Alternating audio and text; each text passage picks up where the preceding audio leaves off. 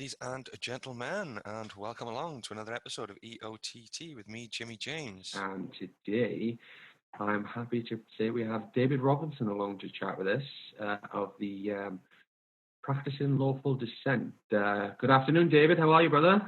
Good afternoon, and thank you for the opportunity to have a talk about this. No problem at all. My pleasure. And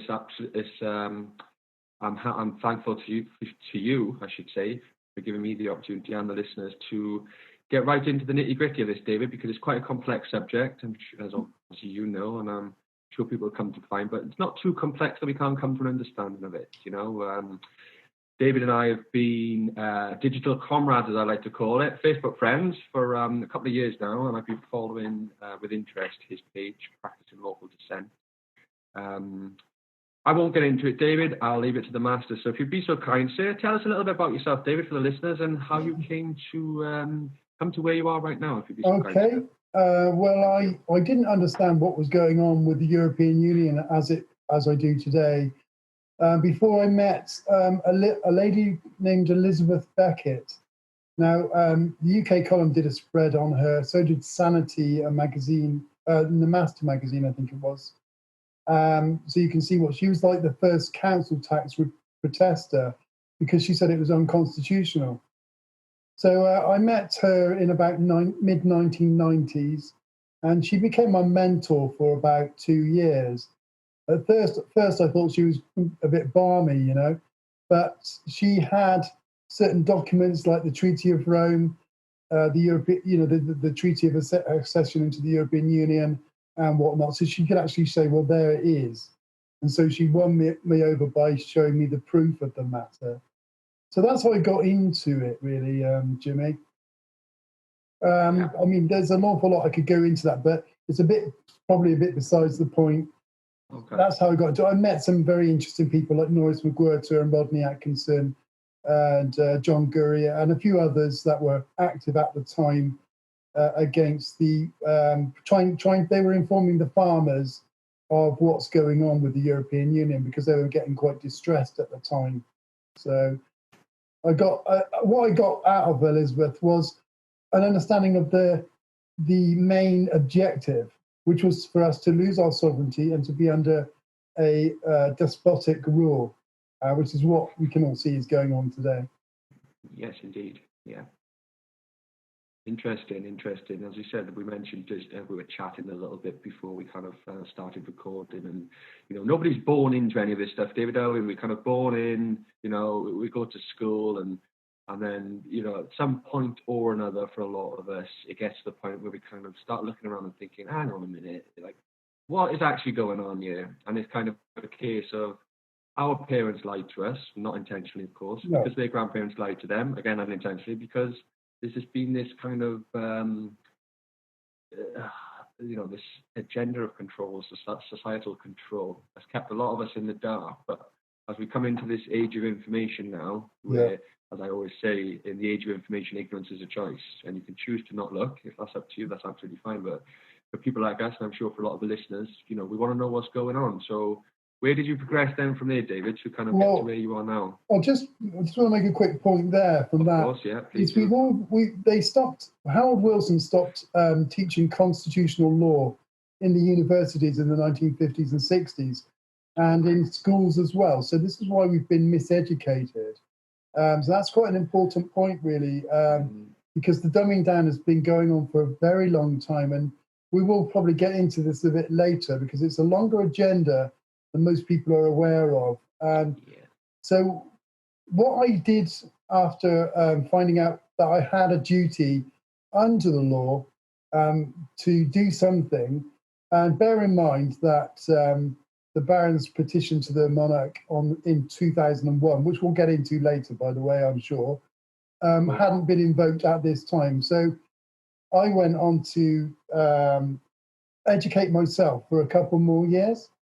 And then I had a lot of stick from the system because I produced a CD, which is all about European Union, just 4 tracks on it.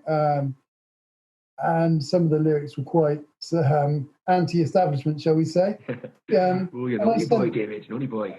I sent one to Blair and to Kinnock and stuff, and I got investigated, shall we say, by security enforcers, which actually made me realise how serious this matter is. You know, so it brought me into a better awareness. You know, because for about a month I was followed around by about 3 or 4 different vehicles, and I got wise to this, and I took them for joyrides and stuff. But basically, we won't go into any of that because it's unimportant. It's just it woke me up to the gravity. An interesting point to make. Say again? Yeah, thank you. So what I was just saying it is an aside, but nevertheless, go on.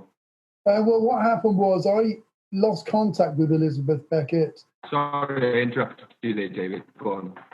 Oh, sorry. I lost contact with Elizabeth Beckett because she got bankrupted by the system because she had too much faith in the system. She was taking them to the fake courts. And of course, they destroy people in these fake courts. They're not courts of law. Anyway, we'll go into that later. But yeah, okay. She moved away. She had to sell her farm, and she moved to Cumbria. She bought a vicarage up there, and she carried on her processes up there, which, as you can see on the UK Column Report or the Mast magazine report. And she died in 2009. But what happened with me was after I sent those CDs out, I made 500 of them. That's all I could afford to make. But I got hounded by the system in the council, the water board, and everybody else kind of hounded me. And this is what they do. They kind of target you. And so what I ended up doing was getting rid of my bungalow, and I bought a motorhome and I went on the road. So I was on the road for about 10 years, talking to everyone about the European Union and other things, 9/11 when it happened, and a few other things, 7/7, the London bombings, and just educating people and making friends really on the road, which was it was a great way to live. I loved it. Oh, I bet. And it wasn't until John Harris came about and did a talk in Glastonbury, which I attended, that I actually understood that the barons had invoked Article 61 of the 1215 Magna Carta according to the correct protocols of our law. So it was actually in effect. And then I realised, well, there's the remedy. So I realised that we have a lawful excuse not to aid and abet the system, because simply, if you look at the Barons' petition, it proves that the Nice Treaty was treasonous. Okay, and so that's proof, that's evidenced in the petition, although they did also mention the Bill of Rights, which we need to go into, because that is actually a treasonous statute. It's, well, a bill. So it's not lawful. And they made the mistake of using that as well. But we all make mistakes, you know, we have to live and learn. So and I've used every day's a school day. Yeah, I mean, I woke up to that actually through Ken Dubney's book, Democracy Defined, which is a very good, interesting book. And I would also recommend a video on YouTube by William Cates, who did a talk at the Democrats and Veterans Party's conference about the Constitution. It's very good. It's really worth a watch, and it goes into those aspects of what I've just mentioned. I've diversed a little bit, so I need to just backtrack.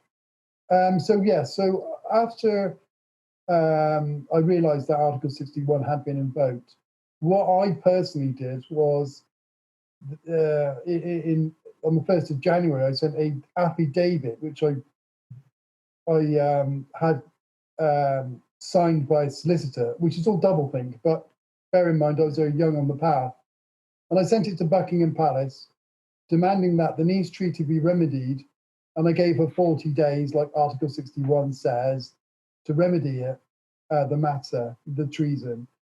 So I didn't get a reply, obviously, and in 40 days' time, I served a second affidavit denouncing my allegiance to the Crown and transferring my allegiance to the Barons' Committee, or more accurately, to the Constitution via the Barons.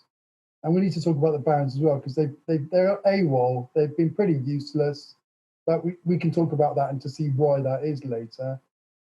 So what I did was I stopped paying road tax on my truck, and I got a fine from DVLA, £80, which I rebutted by using a conditional acceptance process, which is what we were using and what we do use today. It's a process of 4 notices, really, which we serve on the individuals. Well, that went into quite a long process. It lasted about 2 years, actually, with the police, DVLA, the fake courts, and debt collection agencies and stuff, putting them all on notice of the fact that we all have a duty under constitutional law to stand under Article 61 and to report the treason that is evidently being committed against our sovereignty and obviously the Crown, who protects our sovereignty. And then we need to go into that as well. So sorry if I'm diversing a little. That's all right. No, we're getting one step at a time. That started my process in 2010. Now, what I achieved on that in that process is an absolute stalemate, because what occurred was I wouldn't consent to their summonses. The police wouldn't arrest me because I had them on notice of treason evidence as well. So if they had arrested me, then they would have been committing high treason, because they would have been full knowledge of the evidence treason facts that I presented to them. See, so this is where it becomes powerful. So I got to the situation where I was getting a bit of distress from the local police, because I had complaints against some of them. One of them because he wouldn't allow me to report the crime of treason at Devizes police station, and they were a little bit intimidating. So I ended up. Well, this was after I'd got arrested, because they did arrest me after I did all this process.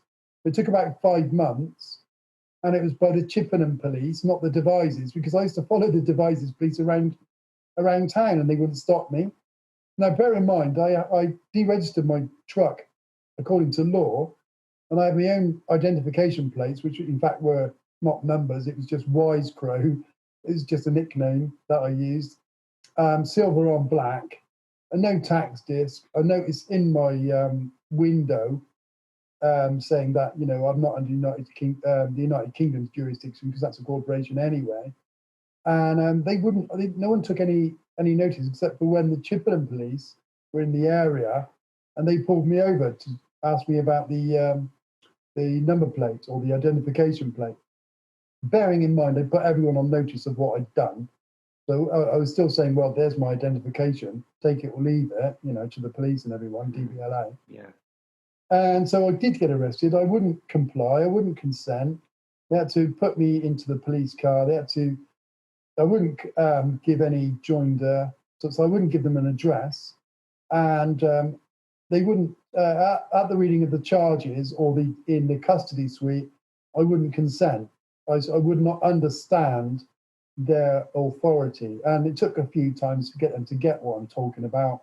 But I was using also the free man on the land methods at the time, because they were the only allies I could find on the internet that were kind of talking the same language at the time. But there's a lot of doublethink in the free man movement. We'll probably go into that in a while. Yeah, if we could, that would be good, because I think I was mentioned the other day, just to interject quickly, if I may. Yes, fine. David, yeah. I was just chatting to Darryl the other day, Darryl Bickler. Great conversation with Darryl, as I mentioned to you, about illegal drugs do not exist, which is where we get back into the whole paradigm of the language, and we talk about doublethink and doublespeak, and yes, because it doesn't seem that many people are getting much recourse using the free man on the land kind of approach. Would I be correct in saying so? Well, the thing of it is, you can get recourse there, but it doesn't tackle the big problem, because what you're doing is you're using their rules and their fake courts to get a remedy, because they don't follow their own rules. Yes. But the problem is, it doesn't end the treason. It doesn't end the fake courts from existing. So there's no real remedy. It's like a quick fix. Okay, yeah. And so I realised that quite quickly, fortunately, because I was an admin on FMOTL for a while, and so I understood the free man philosophy. But a lot of them are very hypocritical, and I'm sorry to sort of cause any division there, but you know that we argued a lot about standing under Article 61, yet they claim to be standing under common law. Well, Article 61 of the 1215 Magna Carta is like the most important. This is the security clause of the Magna Carta, and it's probably the most important common law tenet there is. So it's very hypocritical, you know.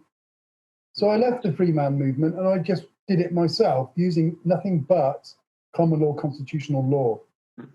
And I found, because the reason that is, that anyone who opposes me opposes the Constitution, which is either sedition if it's written or stated publicly, or it's treason or high treason if you're on notice of the treason, because there's a lot of evidence of treason about, and then you act against me, you're committing high treason. So whichever way the system wanted to move against me, they had to commit crimes to do so.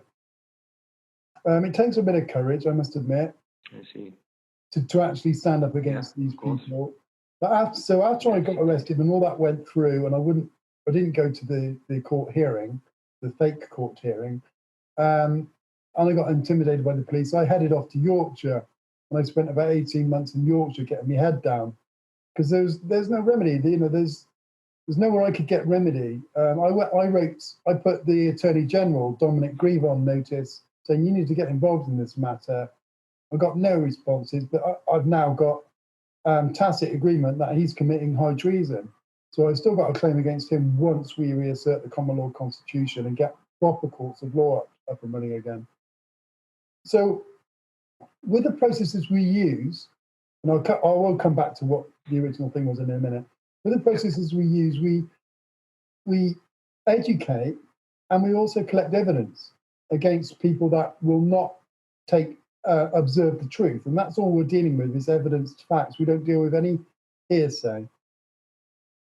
So after I left and I went up to Yorkshire and spent about 18 months in the squat up there with my truck, which I had to sell eventually because they stopped all my entitlements and I was disabled, and I didn't even have to sign on because, you know, I was put down disabled for life because I've got muscular dystrophy. And they stopped my entitlements completely. This was trying to force me into complying, really. And so I got rid of the truck, and what I did was I wrote up a large affidavit of truth and a load of notices that went with them. So it was about 6 documents in one big document. A lot of Freeman doublethink in it, but I served it on all and sundry. The fake court personnel and the police and whatnot, whoever was making the threats against me. And nothing, obviously I never heard anything back from that, but that you can see that actual, if you put an affidavit of truth, J for Justice website, More Dibs website, you can see that affidavit on there. And like I said, it's man stuff, and I wouldn't use that today. But it was my effort of kind of summarising everything, so that if they did drag me into a fake court, at least I'd have a chance, you know. Yeah. So 18 months went past. I left Yorkshire. I came back down to the West Country. I ended up getting a friend of mine to come with me to Bath City Police Station because there was a warrant out for my arrest for 18 months. So I walked into Bath City Police Station with all the evidence against 5 individuals for high treason, including the Dominic Grieve, the Attorney General at the time. And I tried to report these crimes to the police. So they sent a sergeant down to speak to me, a pretty stupid sergeant, to be quite honest. And he phoned up Chippenham Magistrates Court and the Chief Inspector, Ian Copus, who was the Chief Inspector of Head of Roads Traffic Policing in Wiltshire at the time, who I had on notice. And they both told him the matter's being dealt with, but they didn't mention, you know, there's an arrest warrant, arrest him, because that's what I was expecting them to do. So I walked out of there. They wouldn't accept the evidence, which was a crime, and I've got evidence of that because we filmed it, which was a bit risky because they don't like that, but we still did it. And then I walked out, and I realised at that point, there's nothing I can do. You know, I'm more of a threat to them than they are of me. They didn't even want to arrest me and challenge me and bring it to the fore. So I went to the people. That's the only thing I could do. To cut a long story short, I went to Glastonbury and stayed there. I met a few people. I did a talk in Glastonbury. I managed to get about 70 people at a talk in Glastonbury, and I explained my situation. I did about a 3-hour talk, and I managed to get some allies there. They could see where I was coming from. I did quite a lot, like I said, quite a long talk, and explained it all in detail. And I ended up getting somewhere to stay in Glastonbury and creating a group. So we managed to get about 20 odd people to come every week to a group meeting. The trouble with that was, and sadly, I couldn't keep the free man on the land philosophy out of the group. No matter how I tried, they had a couple of dodgy people in the group, kept going down the free man way, and it was never going to work, you see. So I ended up having to stop the group from convening, and I just did it my own way. So the first thing that I actually did for anybody in Glastonbury, because I acted with power of attorney for people, is a friend of mine came to me saying, actually I've gone on a little bit more than what I wanted to do. What I want to say is, we first of all put the council on notice of the fact that Article 61 is in effect. Also put the police on notice. We did public talks in the town. We put flyers through everyone's doors. And we ended up seizing the town hall at Glastonbury because after 3 months, the councillors kept diverting the questions to the TTIP, which was going on at the time, from Article 61, and they would not respond. Even though I'd put them all on full notice of the evidence and facts, they wouldn't respond. And so I said to them, well, in that case, I'm going to seize the building under Article 61. They laughed at me. So I seized the building.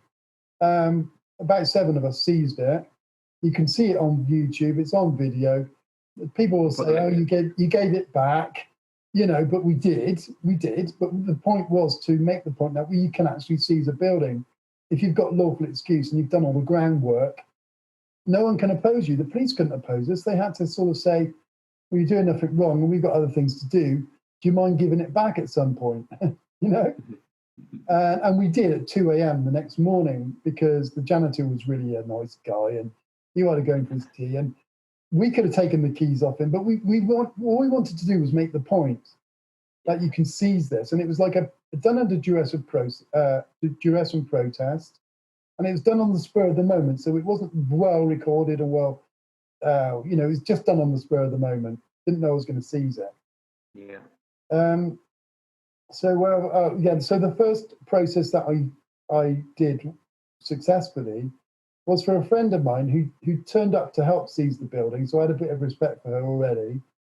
And she came to me with 24 hours to present herself for a committal for 7 days in prison. This was because she'd ignored two county court alleged summonses, and she'd been served 7 days contempt of court notice to serve 7 days in prison. And she had 24 hours to reply or present herself to the police. So what I asked her to do was to phone them up, see if we can get a bit more time so we can had a bit of time to sort out the process. So she did, and they gave her 2 weeks she made up some excuse. So I got power of attorney for the matter, and I started the process with the so-called court.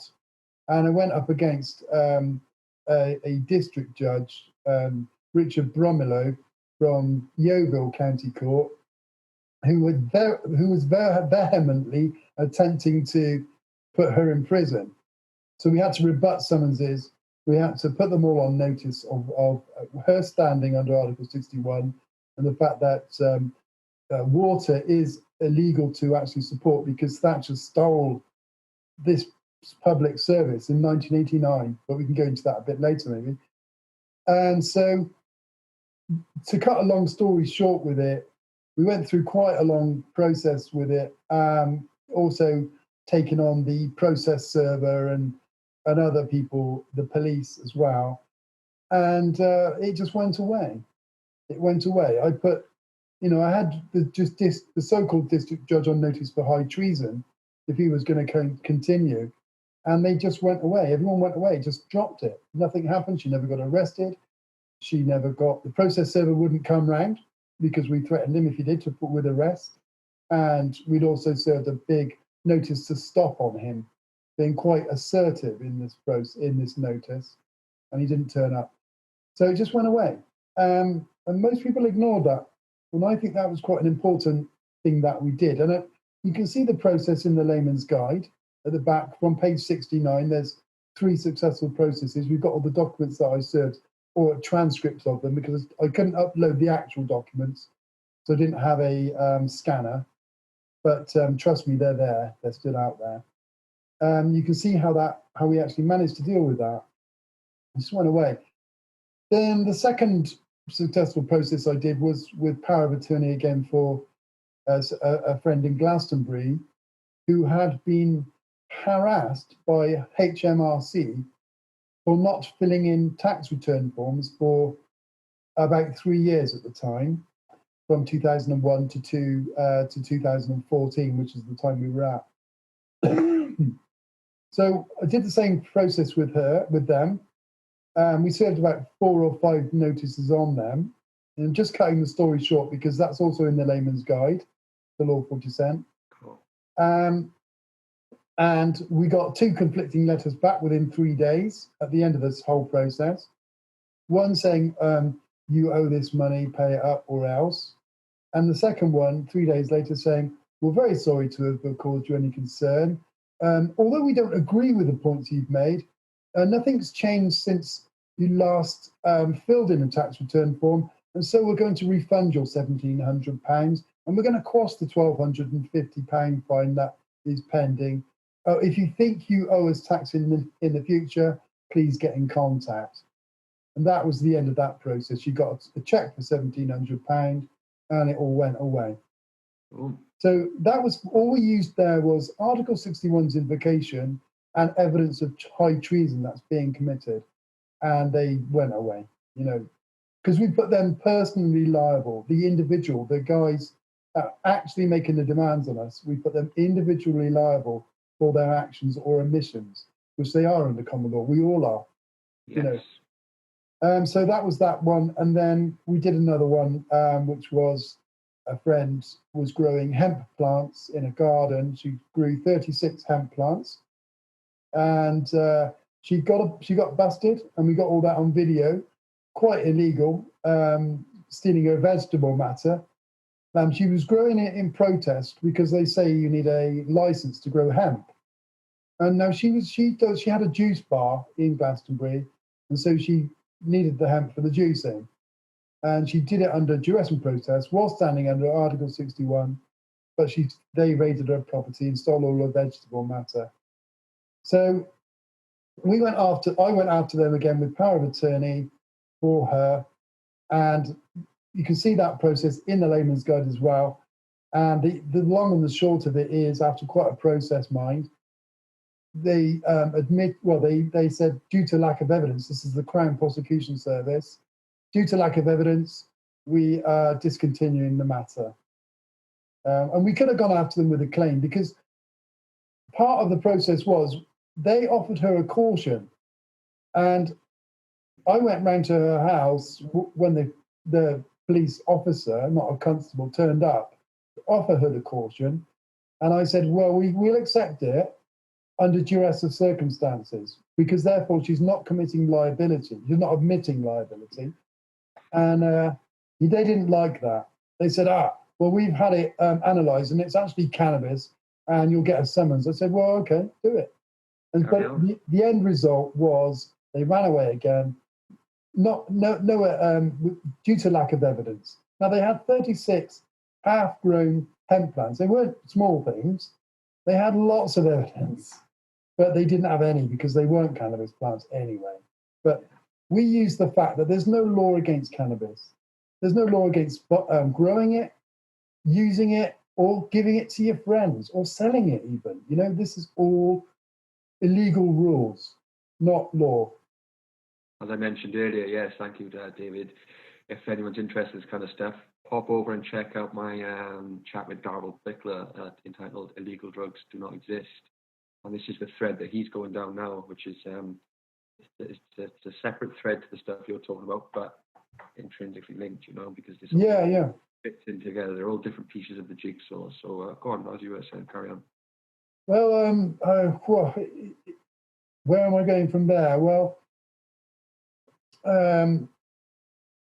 so I created the Facebook group page, Practical Lawful Dissent, and decided that Facebook, although Facebook's a government-controlled, you get a lot of people that haven't got a clue on Facebook. So I thought, well, it's best to go to. There's no point in trying to educate the knowledgeable. We might as well go to the people that don't know what's going on. And we just been building up numbers for 6 years. Very, very cagey about who we allow to stay on the group. We've got about 1,000 trolls blocked or more. There's a lot of trolls out there. Yeah. And we're fair, but we're firm. I'm fair and firm. So when you come on, if you come on to Practical Lawful Dissent, you're not going to get all the numpty stuff. You're not going to get anything diverted from the what we're actually doing there, which is to give people a practical application, a lawful and peaceful application of applying our constitutional law, which we need to defend. Otherwise, we lose our sovereignty. So this is what it's all about, essentially, is retaining our constitutional law, which protects the people, not the government, which is why they're trying to destroy it, and have been for a very long time, actually. We'll go into this. And that's the main objective of the movement, is to help people use the process in the similar way that I did to get them to back off, and that's what we're all about there. If anyone comes on to the group page, please have a look in the files, read the pinned post. New members, please read this. Have a look in the files. The layman's guide is in there. PDFs, you can download it. There's lots of files. We've got about 130, 40 files. Excuse me. So, and then please make comments if you don't understand anything afterwards. Otherwise, the admin and the moderators, we tend to go around in circles a lot, and it gets quite laborious. But we'll always answer good questions, especially when someone's taken the time to have a little look for themselves. Okay, I guess we need to go into the constitutional law, really, what it is. Should we go there now? If you would, yes, please. And obviously, you talk about the layman's guide on the page, and as you say, I understand. I'm guilty of myself. You go onto a page and ask, a straightforward question, and people are like, well, hang on a minute, have you taken the time to read through the pinned kind of information? Because this is kind of what the internet has become now, isn't it? It's just that people want instant information, but you do have to take the time to digest, what's been discovered so far. But I like that you mentioned there that you're always happy to kind of have a bit of discourse and answer questions, legitimate questions, because it's an evolving process, right? And as you said, your own personal process has been an evolution where things you were doing a few years back, in hindsight, didn't quite get that right. But on the path, you're trying the best you can do. And as you say, it's an evolutionary process. We are learning as we go and improving the process. And I said the idea of you and I talking today is just to raise awareness, really. This is a thread. That's what it's about. That's what it's about, because we do have a remedy against these despots, and they're not our representatives. I mean, we have a remedy, but only when we unite. And because Article 61 is mandatory, it's not. If you read Article 61, you'll see that it's mandatory, and it was designed to unite the people. Because the only remedy against institutionalized treason or corruption is the unity of the people, because we are then the force that to be reckoned with. Like in 1215, it didn't come to bloodshed, and we'll go into this in a minute, but King John was under duress, like any tyrant would be, because he didn't want to give up the divine right of kings to be a tyrant. But there was no bloodshed because he was going to lose his crown or possibly his head if he didn't stand under his coronation oath and to seal Magna Carta, so that he's under the law as well. Because now, of course, due to Magna Carta, and before that, I mean, we can go back further to Alfred the Great, but everyone is under the law. and we need to go through a little bit how the estates, which are the ruling families, have attempted to destroy the people's sovereignty, which I will explain what the people's sovereignty is later as well.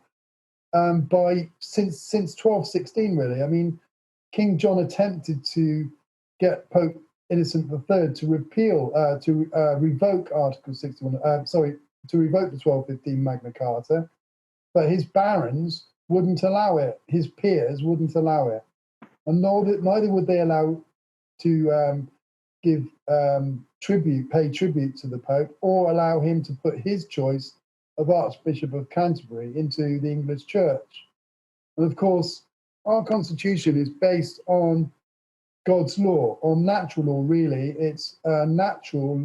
We're born with our human rights. We don't ask the UN or the EU for their human rights. It's because that's doublethink. It's you're saying, well, accept your human rights. Well, we've got them inalienably there when we were born. You know, it's like some people say they're God-given, if you like. Well, the principles of the Bible are what we're focused on here today, because there's also a lot of disinformation in the Bible and stuff. And, obviously I don't want to go into that too much, but religion always creates division, I'm afraid. So we leave that at the doorstep if we can. Yes. So we're going back to what constitutional law is. And basically King Alfred the Great sent out his Wittens into the countryside to gather the local laws. And he created what is the common law. And he stuck it all in the Doom Book, or the Book of Dome, or Dome Book. And the 4 principles of common law are to cause no harm, to cause no loss, to be peaceful in your doings, and to be honourable within your agreements or contracts. And that's it. That's the 4 principles that cover every eventuality in life. Now, anyone that doesn't want to stand under those, who isn't happy to be governed by those principles, really, I would say maybe has an ulterior motive, because they're heart-driven principles. I don't want to cause you any harm, loss, or breach the peace, or rip you off, do I? So that's just simple, basic human decency, isn't it? And that's what the common law is built under. So King Alfred the Great created a system of the common law courts, where the people were the judges, and it was basically created at local level. It works best at local level because it was the local people that were selected to be in the jury, and it was a random selection process. They also selected the arbitrator, who we call today the judge, who's not a judge in any trial, because, and it even says under Article 24 of Magna Carta that the Crown shall not, its bailiffs, judges, sheriffs, or whatever, cannot hold court. So that's even a part of the Magna Carta principles, that they can't hold court. The courts are made by the people, for the people, and they have to vote on the evidence that the jury decide is admissible. It's the jury that are the judges, and there is old law books and stuff that actually state this, and you'll find that in Ken Dewdney's Democracy Defined, although I have put it in the files as well. I plagiarised a little bit of his work because it was quite good, just for education purposes. Yeah. So King Alfred the Great set up the courts where the people were operating in this manner, and any judges that started to take control, he had them hung. He didn't mess around when it comes to sovereignty. Yeah. So this is why the people are sovereign, because under the common law, the common law jury process, the jury have also the right to judge the law. So they can annul any government or any legislation, because there was no government at the time in Alfred's day, and in fact not until at least 1236, but I'll go into that in a bit. They have the duty to judge the law as well as the crime. And the crime is only ever a crime if there's criminal intent, malice of forethought. That's when it's a crime.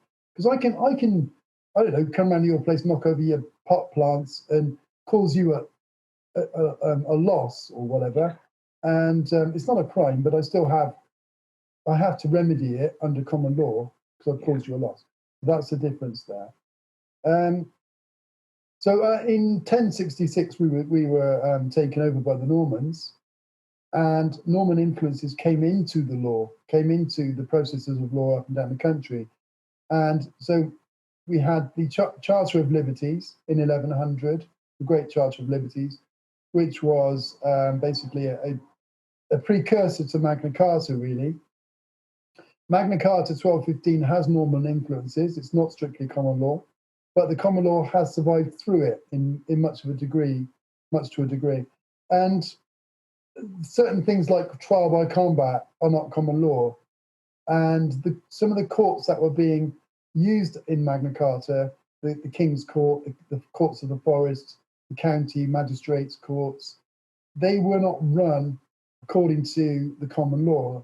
They had tribunals, more like with judges, and they were basically illegal. So it got usurped in a way by Magna Carta a little bit, the true common law.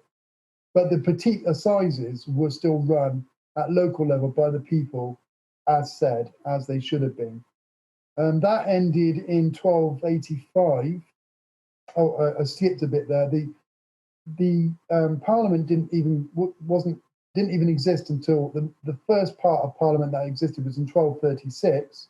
It was basically the King's Court, which has evolved to the Queen's Bench or King's Bench. And it was the first start. Sorry, Dave, if I just quickly, the King's Bench is something I was only recently introduced to by a recent acquaintance of mine, a guy called David. A second, but yeah, an interesting concept. We don't have to get into that now. I'm not sure if you're familiar with Andy Devine. Apparently, he's the guy to talk to about this kind of stuff. So we'll be looking to get into that later on. But go on, continue as you were saying. Thank you. Okay, well, yeah, I will get into that later on. The Parliament actually existed from 1236, but it evolved into what it is today gradually over a longer period. Parliament in 1285 brought in jury restrictions, wealth restrictions for jurors, which was against the sovereignty of the people because there was never any restrictions for jurors except for the obvious ones where you can't have mad people or people that have committed serious crimes or any crimes actually to sit as a juror. You have to have honourable people really who had all their senses about them, who weren't deaf, dumb and blind, so they couldn't not see or hear the evidence, whatever, just common sense things. Yeah. But they brought in wealth restrictions so that the landowners could only really basically, or people with money could sit as jurors. And of course, they were more easily persuaded by the corrupt judges, the estates. The corporations have been there for thousands of years, really. People don't realise. And they did put jurors in prison. They did cause them distress and alarm and harm, which is totally unlawful because they wouldn't always judge the way the judge demanded they did, you see? And I call him a judge loosely because he was simply an arbitrator who shouldn't even been there anyway. The Crown does have an obligation under a constitutional monarch to execute the sentence of a jury, and that's fine under a constitutional monarch when a judge is on his judicial oath. Although a judge must always be appointed by the people. It's not, you can't really be a Crown agent. This is the whole misdirection of it all. It's insidious and it's been going on for a very long time. So in 1285, the sovereignty of the people was usurped back then. And it's been a process of a ratchet by ratchet, as my friend Elizabeth Beckett used to say. It's a ratchet by ratchet process. And it's been going on for a very long time. Now, in 1225, they attempted to divert Magna Carta by the Charter of the Forests, trying to say that was basically the new Magna Carta, which it wasn't, of course. And Magna Carta says three times in Clause 1, 61, and 63 that it is forever. It can only be changed by the people under a constitutional convention of the people. Parliament, it's pre-parliamentary. It can't be touched by Parliament. Yet in 1297, Parliament illegally brought it into statute form and then tried to deceive everybody that they'd repealed most of it. which they say today. They've repealed all but 3 clauses, which is totally bull. Really, it's wrong, and it's totally illegal to bring a constitutional document, which is permanently created, into statute, which government can then repeal or change, and a statute can't stay as a bill or an act or a statute cannot stay as it is without it being first given royal assent by a constitutional monarch, meaning that it has to be constitutional, and the monarch is bound by their coronation oath, and then it has to survive the jurors' verdicts, where they can say that's an unconstitutional bill, act, or statute, and we throw it out. So it hasn't had those processes, and so the 1297 version still lingering in the background. And whenever you mention Magna Carta, that's what the imposters in Westminster will refer to, and they do it every time. Even the police, even the fake courts, they're all doing it, just ignoring the facts, the evidence facts that it is illegal and it has no weight according to the 1215 Magna Carta. So we can jump really quite a way forward now to the 1285 Juries Act, which again is proof in much earlier times, later times, that the jury's service was usurped by wealth restrictions. You just have to read the first paragraph, really. And so what happened after that was the coronation oath was carried on from Henry I, which was the first written coronation oath that was created. It was very basic. It basically said, because my predecessors have been very naughty, I'm reasserting the laws of the church. Very loosely, that's what it says. But that was reasserted over many generations, kings and queens, up until Charles II. Well, that was the last time it was properly a proper oath was asserted or reaffirmed by any of our so-called kings and queens. And actually, that was in 1661.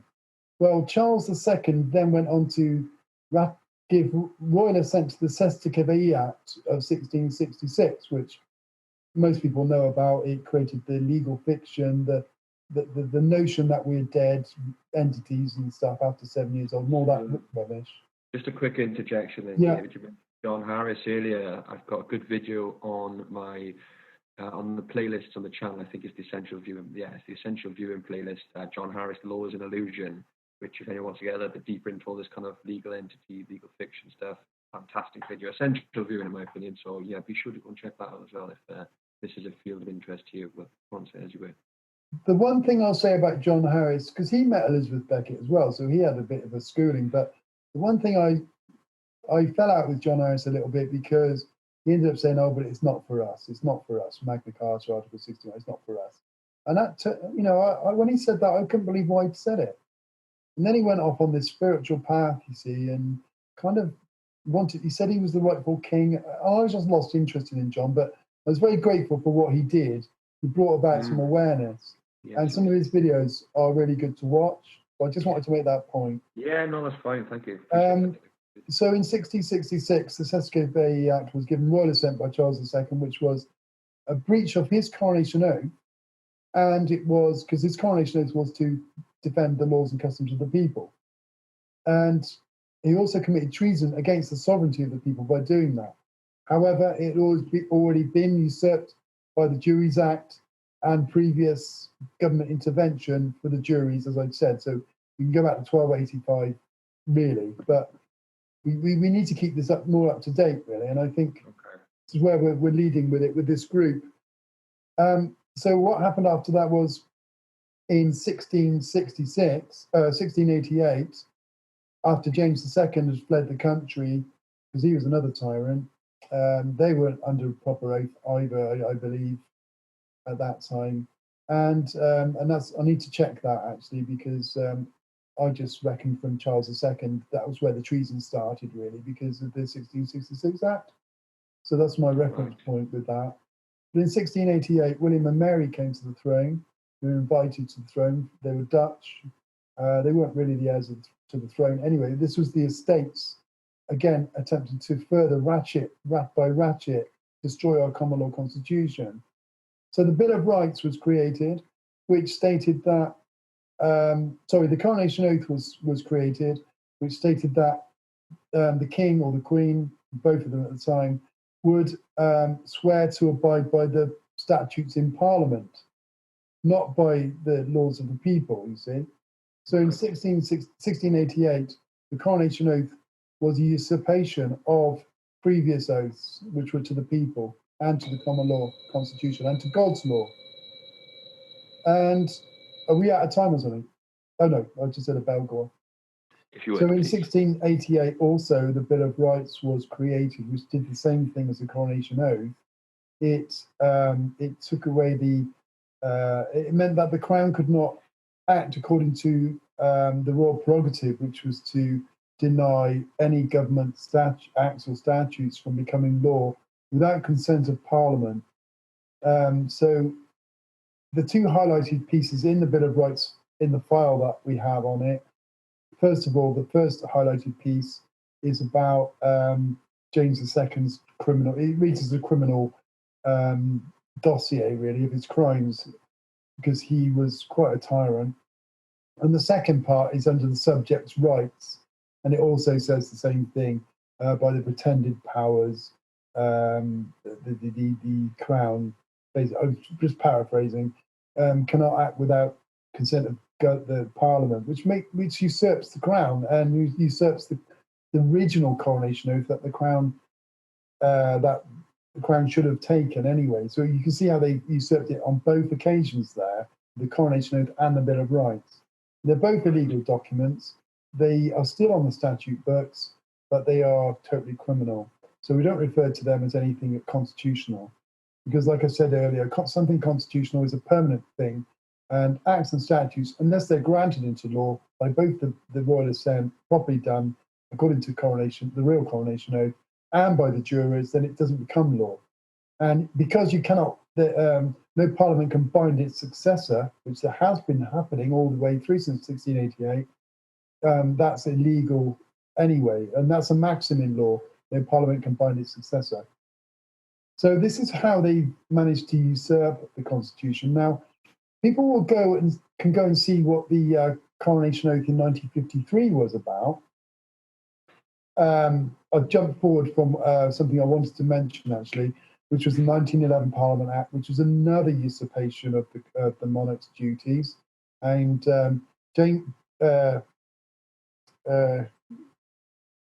it was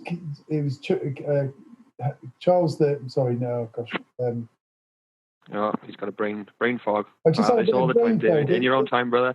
In your own time, brother. Stream of consciousness. That's what we're about. It's So okay. yeah, sometimes that little interruption comes in, but I'm sure it'll That's come all back right. to you. It was Edward the Seventh that denied Asquith's bill, Parliament bill in 1910, and when he mysteriously died, not so long afterwards, it was George V that came in and he granted it royal assent. So again, another act of treason by a king. Now, George V was Elizabeth II's grandfather. So already, she had inherited a usurped office of sovereign. So she's never actually been the queen anyway. And there's other proof that she hasn't been the queen. And we can actually say that a lot of people are not very happy with the queen and the things she's been getting up to, but we can't judge for ourselves that she isn't being controlled from day one, from a baby, to do all this stuff. So, This is the point. we're actually, we have to think that way under common law, innocence until proven guilty. So I'm not going to tell you too much about the Queen on that respect, only to say that she's inherited a treasonous office of sovereign. She's not protected the laws. Now, her coronation oath, they didn't want it televised. The BBC had to pressurize them to do it. But in that coronation oath, she does swear to uphold the people's law and the laws of God and of the dominions, Canada, Australia, New Zealand, etc., according to the people's respective law.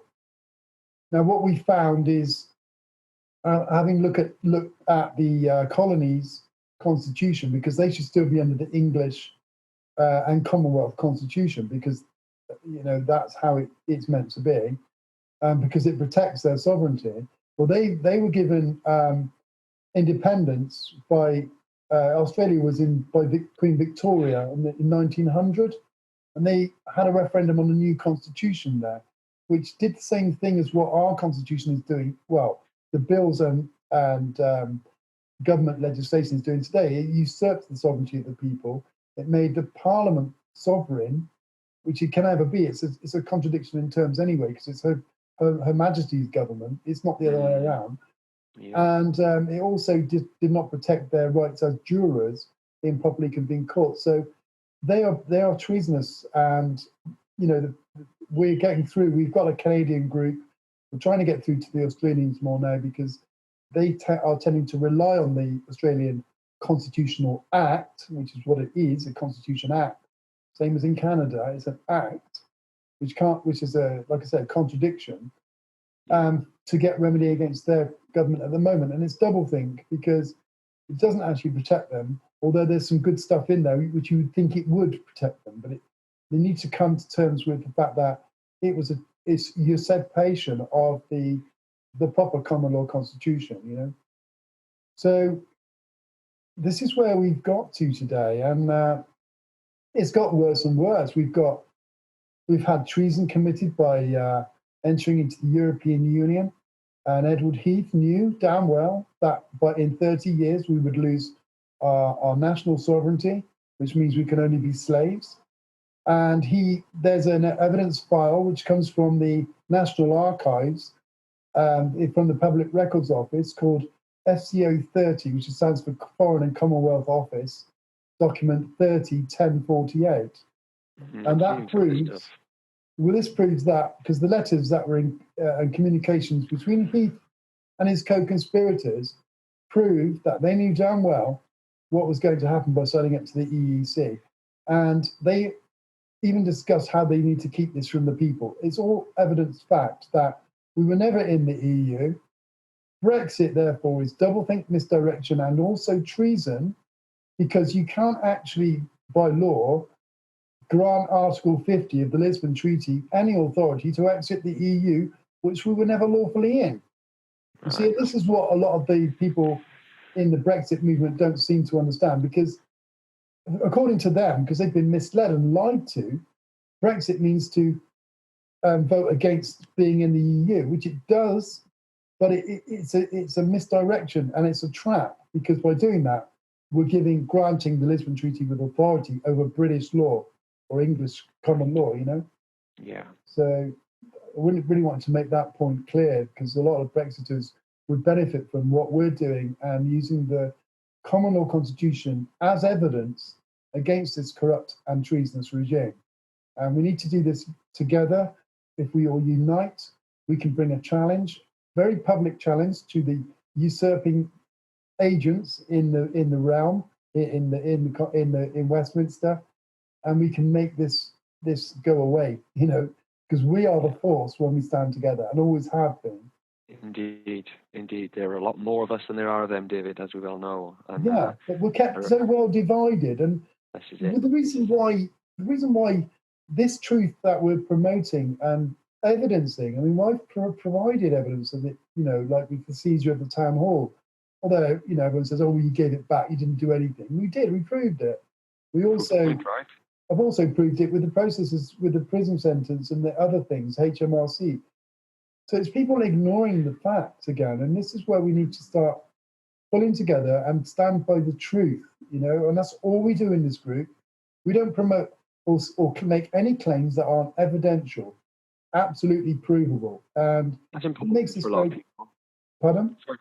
Yeah, I was just saying, it's important for a lot of people to have that evidence there, Of course. As we talk to a lot of different people from, all different walks of life, and, it's the difference between, experiential, anecdotal kind of information, which is all good and well, and it's fine, like I said, the ethos is everything on the table. Let's just get it all out there. But for a lot of people who come from this kind of materialistic, scientific kind of paradigm, it's understandable. I need to see the evidence. Where's the evidence? And as you Yes. say, with your stuff there, it's all logged and evidenced and quite clear to see. So Yeah. that will resonate with a lot of people, I'm sure. So it'll be interesting to see how many people come along and. Well, that would be great. That'd be great, Jimmy, because we all we want is people to know the truth. We want people to defend themselves because children are being stolen in completely illegal secret courts. The thing is with the common law constitution, it protects us so well because justice must be seen to be done. It must be seen to be done, and this is part of it. There has to be public. Nothing can be done in secret. Children can be protected in other ways, but you cannot have secret courts because you get these star chambers. They do what they like to in these star chambers, and nothing you can do because all they have is force. And we have, in our individual capacity, no remedy against that. But when we stand together and we assert our sovereignty, we assert our inalienable rights, we have the threat of force, and that's all that we're going to need. Now, I need to come at this point to our main problem. And most people will probably understand this anyway, because it's the main problem for most people, especially children getting people getting their children stolen, is the police. Now, the police are acting as the gatekeepers. We have collectively put every police force area on notice of the treason. We have, as a group, after trying to defend one of our members who had been hounded by the Birmingham so-called magistrates court for growing 6 cannabis plants while he was in remission from cancer, they kicked his door down, they stole his cannabis plants, they put him in prison for 18 months. But the worst thing is, they went after him with that theft tool that they created called the Proceeds of Crime Act. Oh, yeah. Now, they stole his house. So we got really annoyed about this. I had power of attorney for David Robinson after meeting him in Birmingham. It just cuts me up a bit, I'm sorry. Oh, no. He's a lovely guy, and he's done nothing wrong, Yeah, we tried to help him. So I put Birmingham Police Headquarters, the Chief Constable, the Chief Inspector, and the Chief Superintendent on notice of the facts that we can prove that Birmingham Magistrates Court had committed high treason, because I put them all on notice of it. We did the process with each individual there. There was 4 individuals involved. Can't remember their names off the top of my head, but we've got it all logged and evidenced. Yeah. So what we did after that, because we got ignored by police headquarters, totally ignored. So we decided to go up there and give them a bit of a challenge face to face. So 50 of us convened on the 28th of November on a cold winter's day at Corporation Street, the Crown Pub in Birmingham on the 28th of November. And we had Jolyon Jenkins from BBC Radio 4, who we'd agreed with stipulations that he could do a report on the movement. We didn't trust him. We never trusted him, but we thought, well, we know what the BBC do all the time, but any sort of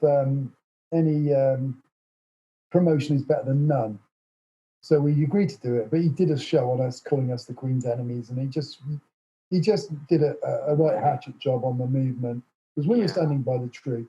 So anyway, what we did was we kind of put out that we were going to go and arrest the individuals at Birmingham Magistrates Court, just to mislead the police a bit, because we knew they would watch us, and they did. They were waiting for us when we got to Birmingham. About 50 of us joined.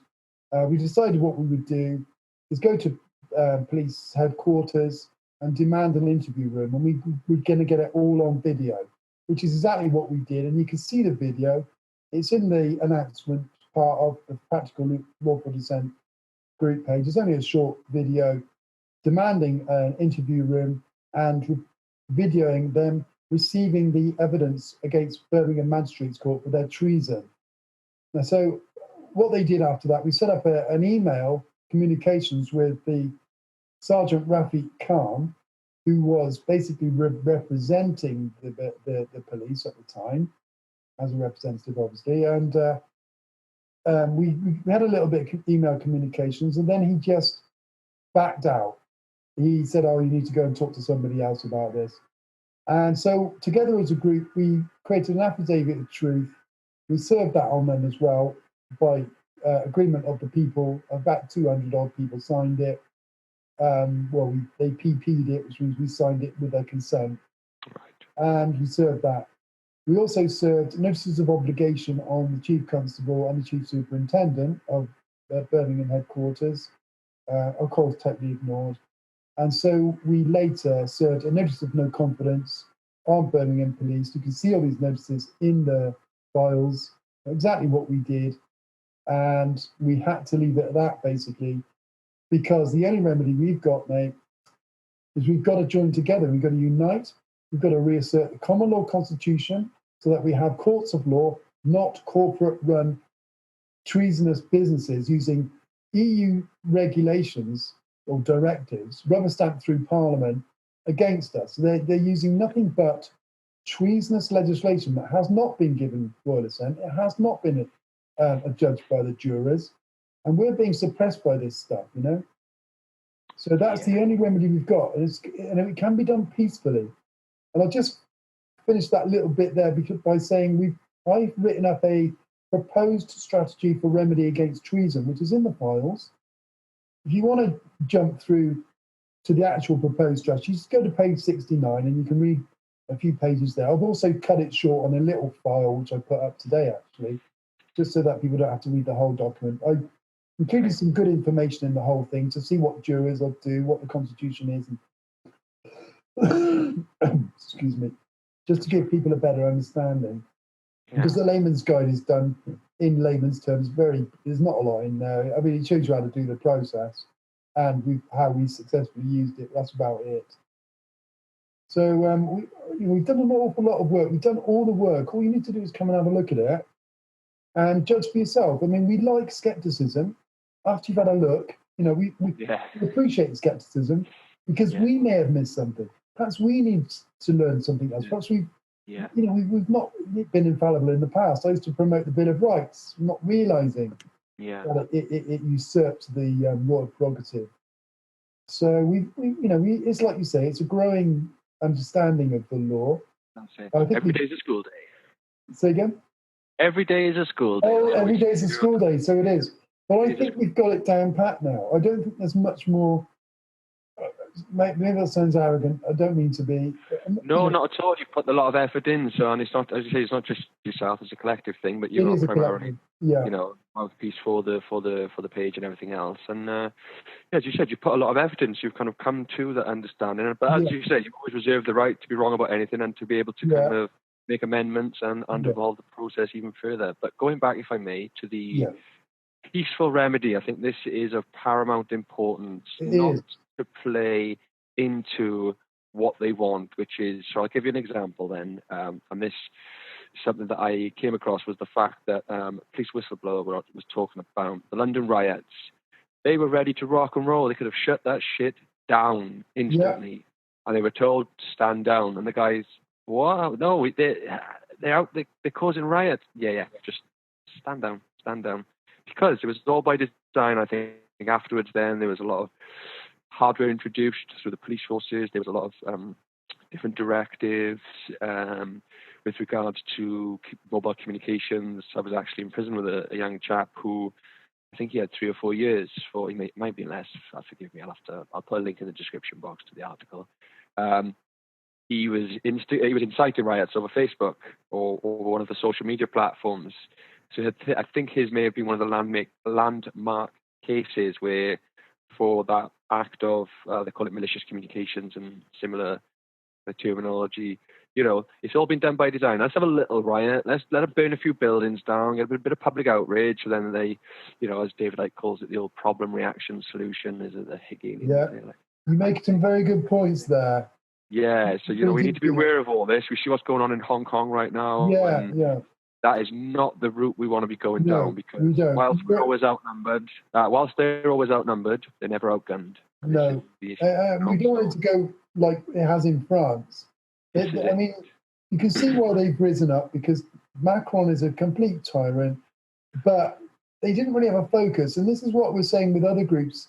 It's like the Yellow Vest. Bless them all. We're getting off their bums. Yes, indeed. There's no focus. There's nothing to, marching up and down the street actually can cause problems, because they put agent provocateurs in, and it's a media opportunity. Yes. Oh, we need more regulations for your protection. We're going to bring down martial law for your protection. This is what they would ultimately like. Yes. So we don't ever state that we go on the streets. And if we do, it'll be with a direction, with a strong strategy, which I think we've provided within the proposed strategy guide. Because, like you say, we're being played all the time. And the government, these imposters, I won't call them the government, they are imposters, and they're perverts, a lot of them. Mm-hmm. Like, they know how to manipulate, it's social engineering. They know how to manipulate our concepts. And I'll give you a good example of one concept that nearly everybody states, is that we vote governments into power. Everyone says it, but we are only supposed to vote our representative or governments into service. And this is a very important point, because it changes the whole concept of how you see yourself in society. Yes. Now, we're supposed to be living in a system of service, as I was mentioning earlier. And our system of service has been insidiously usurped, ratchet by ratchet, especially by Margaret Thatcher, who sold off, say, let's take the water industry, for example. In 1989, Thatcher privatized the water industry, which was ours. It's a public service. You can talk about the train service, the buses, all these services, which you've always had to pay for, mind you. But they were paid for already by the public taxation. My father and grandfather, they, when they brought in the welfare state after the war, they paid heavier taxes for us to have a system of service, so we wouldn't have to pay for water. And because we've been under a treasonous regime since 1688 minimum, we've never had that. We've never had a true system of service. This is important to understand. It's like when they brought in the poll tax and the council tax. They said, oh, yeah, but you won't have to go and pay any money to get into the swimming pool or the sauna or whatever. And they blatantly lied about that. You can't go to any of these so-called places without having to pay anyway. So they're double dipping. We're paying through the nose. They're gradually putting us all into slavery, debt slavery, and we need to sort that out after we sorted the treason out first. We need to sort out the money system. We want a non-reserve fractional banking system like the Bradbury pound. Yeah, and I would, like this time, they introduced that in the Second World War. It was a non-inflation based currency, basically, to put it very bluntly. It wasn't some agency lending our government money at interest, which is what the bankers have been doing for so long now. They're so damn wealthy and criminal and perverted, because they think they've got all the power in the world. Well, they're soon going to find out they don't have all the power in the world, Yes. So we need to sort out that. And I would mention the Chartist movement at the moment is, I'm very keen on the new Chartist movement. We've got to not make the same mistakes as the Chartists did in 1835, because it became violent. Right, but the Winchester Declaration and the Restoration Amendment is totally in line with the common law constitution, and I support that, and the group supports it. So we're aligned with them. We're aligned with the British Constitution group, not the Facebook one that's been kind of gone mad. The Facebook group, but the real website, British Constitution Group, very good stuff on there. It focuses on the treason. It has other stuff, but it's a very good site to go into as well and support. Another our website is denouncingthedeception.co.uk, and that's a good website. It has the layman's guide on. What we find on the Facebook group is people sometimes can't access the files because some phones won't be able to do it. Okay. Yeah, so the struggle is say, well, I can't access it. I can't open this document. Well, if you can't, go to Denounce the Deception website, and you can see, you just put in Denounce the Deception, and layman's guide, and you'll go straight to the layman's guide. It's about to be updated because we've got the final edit after 5 years of creating it. It's quite a large document, but it's thorough enough. It's the first 68 pages, shows you how we do it, how you can use it's got examples of notices that we've used successfully. And then after page 69, it's the processes we've used successfully anyway. So it's not too big a read. It looks like a big document, but... Well, we spend plenty of time watching Netflix and football and all the rest.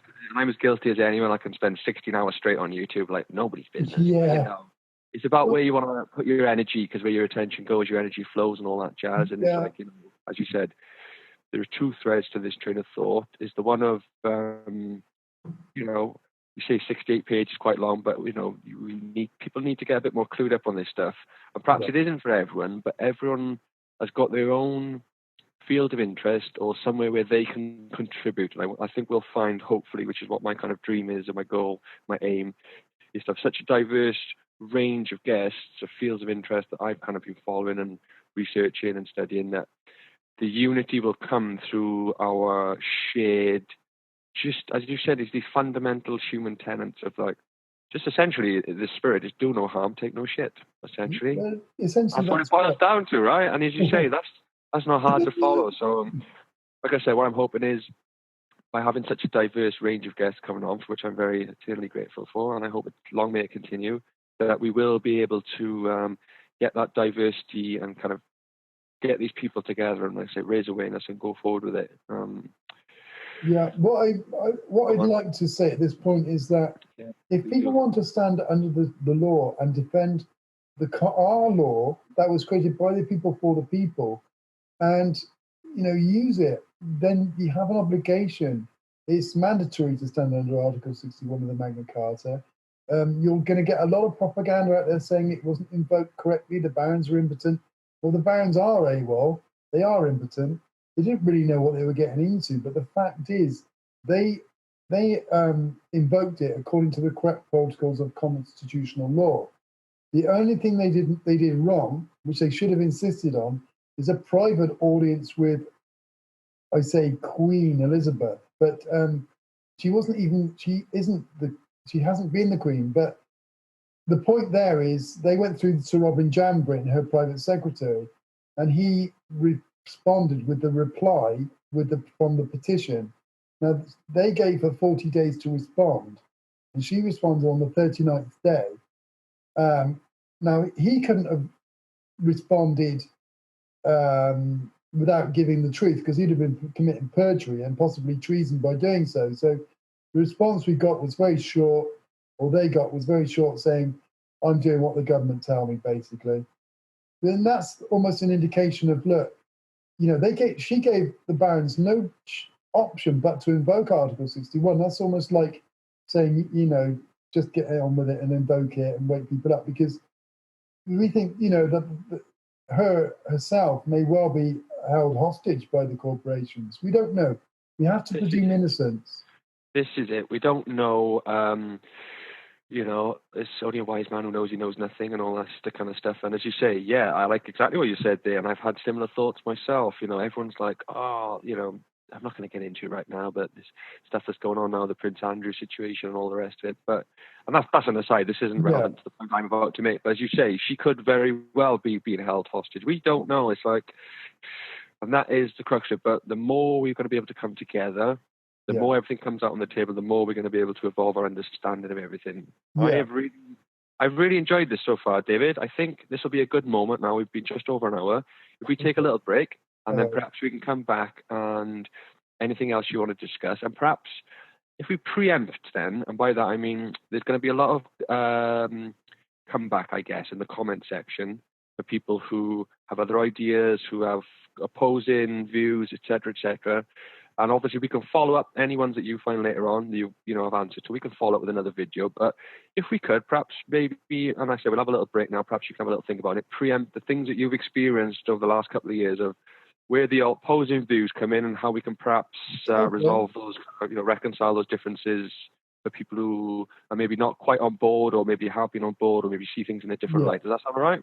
That'd be fine. Can I just make one final point before we break? Of course you can. Yeah, well, the point I want to make is that the so-called Queen, and I always have to say it as it is, I'm afraid. Yeah. I'm sorry if it gets boring. No, that's all we do, yeah. Say it as it is. The so-called Queen, she could have ignored them. She could have written to the barons and said it was repealed, just like the fake government do. But she didn't do that. She did neither of those. And it's like an indication saying, Magna Carta 1215 is in effect today, and it is. And there's a lot of evidence to prove that's the case.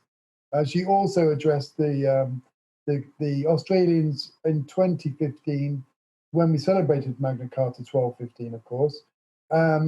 Basically saying the same thing, that it's effective and it's always bound to the crown. So we'll leave it there, but we'll come in after with that other. Thank you very much, Jimmy. I could do. Oh, my pleasure. Thank you, sir. And for the listeners, we'll just take a little bit of a break now, and we will be back with you shortly. Thank you, David. All right, brother. Welcome back, ladies and gentlemen. And David and I have, as you know, just been discussing for the last hour all the different kind of elements of, the work he's been doing and how he's kind of got to where he is now. And David, I think you had a thread that you wanted to continue with, so carry on, sir, as you were. Well, we kind of got to a point there where we can now discuss the opposition, if you like, to what we're doing. Now, one of the major things is, of course, we've had a lot of trolls, and we've dealt with a lot of them, and they're still out there, and they just waste your time, and they don't bother looking at the evidence. So they're disregarding them. The reasonable questions we've had, and it wasn't our defeat; it was the defeat. It was a failure of the society to do the right thing. Is when Ollie Pinnock, a boxer from Southend, was arrested after following our process, and I was working with him tirelessly on that. And I had power of attorney for Ollie Pinnock when they arrested him for challenging the council tax. Now, the tabloid newspapers picked this one up, and they spun it as they always do. And I just want to make a couple of points. He never refused to pay council tax. He only ever asked if it was lawful for him to pay or legal, because, of course, the term legal, and this is another point I just want to quickly make, means something that is lawful. And the biggest lie we got out there today, or one of them, is that we've got a legal system. It's not legal at all. Anyway, going back to Ollie, he knew the risks. He wanted to take the challenge because it's the right thing to do. And so he did the process we advised with the council tax, knowing the situation and that, well, not the fact, it wasn't the fact at the time, but we suspected very much that they would not allow him to get away with it because it would open the floodgates, because everyone hates the council tax. It's a really bad, and they use it for civility more than anything. It's not so much the money. They want people to be in fear. You've got to break through the fear. But the fact is that Southend police committed treason, high treason, by taking Ollie Pinnock down to Southend police station. They wouldn't allow me access as I've travelled down there with power of attorney. They arrogantly said over the intercom, "We've got the power," and they shut the intercom off. So I said, "I have power of attorney. I want to see Ollie Pinnock." So what happened is he never refused to pay. He had the money sat by. He just put it in. He didn't put it in an escrow account because you can't do that these days, apparently. But he had the money sat there to pay it under duress of circumstances, which was always his option. So he knew what he was doing, and he's a very good guy. He's a very clever guy. He's had to take a little bit of a backseat after, because he got a lot of hassle from his family, as did we actually. But we remained honourable with all that. He ended up paying under duress of circumstances. But what they did was in Southend police station, they put him in front of a video camera, in front of a said court, and they wouldn't allow him to present any of his evidence, any of his defence, and they just gave him 25 days in prison to try and quell the dissent movement, really, and especially with council tax. So the whole group got behind him. He had the money anyway, but he'd spent a day in prison, in the police custody, and he wasn't prepared to go to prison, and we back him on that all the way. So he paid under duress of circumstances, and he did it under extreme duress. Now, so we all backed him. We all had a whip round and sent him some cash as well, just to thank him for at least going through that. He did get a lot of hassle from his family, and you can see why. I mean, he's got a couple of young kids and that, and his wife, she was supportive of him, but she was a bit, she was sad the way it had gone, really. And the rest of their family weren't very happy with us, but we explained it to them, and he has as well. So he did us a great service, because at that point we realised that that was my first loss, really. I class it as my first loss. I had a 100% success rate before then. But that's when it changed. That's when the system changed, or the regime changed. They were going to be prepared to commit high treason with evidence to prove it against us. So it changed for us. And since then, we've always stated to people, because we get a lot of people coming on trying to challenge the council tax, the thing we need to do is you can use the process up to a point where you will, for the sake of loss of liberty or loss or harm to yourself even, because the common law protects you this way, you can pay up under duress of circumstances. You must write them a notice of payment under duress, or put VC, which means in Latin vico actus. It's short for vico actus, which means under duress of circumstances. When you pay by cheque or signature or whatever, or if you pay in any way, you need to serve them with a notice of payment under duress of circumstances, because you're not admitting liability, you're not aiding and abetting high treason, you're being forced to do so. And there's a maxim in law that states, any act done by myself against my will is not my act. And so that gives you a claim against them eventually when we get the common law reasserted, and we must do, otherwise we lose everything, especially our sovereignty, which is everything. And that's when it changed for us. So with that and driving offences, because they hold all the cards with the driving, with the DVLA. Like I said, I tried it. If I had taken to the road, I would have only... What happened with me with my truck is they impounded my truck, they held it for ransom, and they put illegal retention orders and a lien on it as well. And of course, the officers that did it went on holiday. So I ended up losing my home, which was my home. I had to sofa surf for 5 weeks, 4 or 5 weeks. All my evidence was in there. And when they dragged me into the fake court, and I explained my situation to the magistrate, the alleged magistrate, they didn't even know what the situation is. You've got to have a bit of sympathy for magistrates, really. But the guy I'd spoken to 3 months previously was this same guy. So when I got in front of him, we had like a little rapport going on. And he asked me all the relevant questions about having no tax, having no insurance, because I didn't have insurance either. I was even challenging that, because I say we have national insurance. We don't need any other insurance. We have national insurance. You pay your national insurance. You're covered by the system of service that we should be enjoying, you see? So that was my argument with that one. However, I demanded leave. They tried to remand me in custody because I would not provide an address. But I pointed out to the opposition counsel that I was not allowed any of my documented evidence, which was down in the custody suite while I was in the fake court. And the magistrate was quite annoyed about that for a start. And I demanded leave. I didn't accept jurisdiction of the court, demanded leave. They invited me back, which I didn't go eventually anyway, but that's another little story, which I won't go into right now. And I got unconditional bail. So I could present my evidence, because they went off and said, well, every man has a right to have evidence for their defence. So we grant you leave, blah, blah, blah, blah. So I played the game, if you like, under the free man way. At the time, you see, I didn't quite understand it all at that time. This is in 2011, okay, so, or 10, 10 and 11. And so we also say to people, don't deregister your car. I mean, there are certain places that you are stating that you can do this successfully, quite completely lawfully, but the fact is, you're going to get challenged at the side of the road by unaware they're not all ignorant, but some of them are, but, you know, because ignorance is to ignore something, but they're unaware of the law because they haven't been taught law in the universities. Police officers who should be acting as constables under their warrant card don't even know what the law is. You know, and their oath says they will act faithfully according to law. Now, law only refers to the laws of the people. The coronation oath proves it. You know, the usurped ones.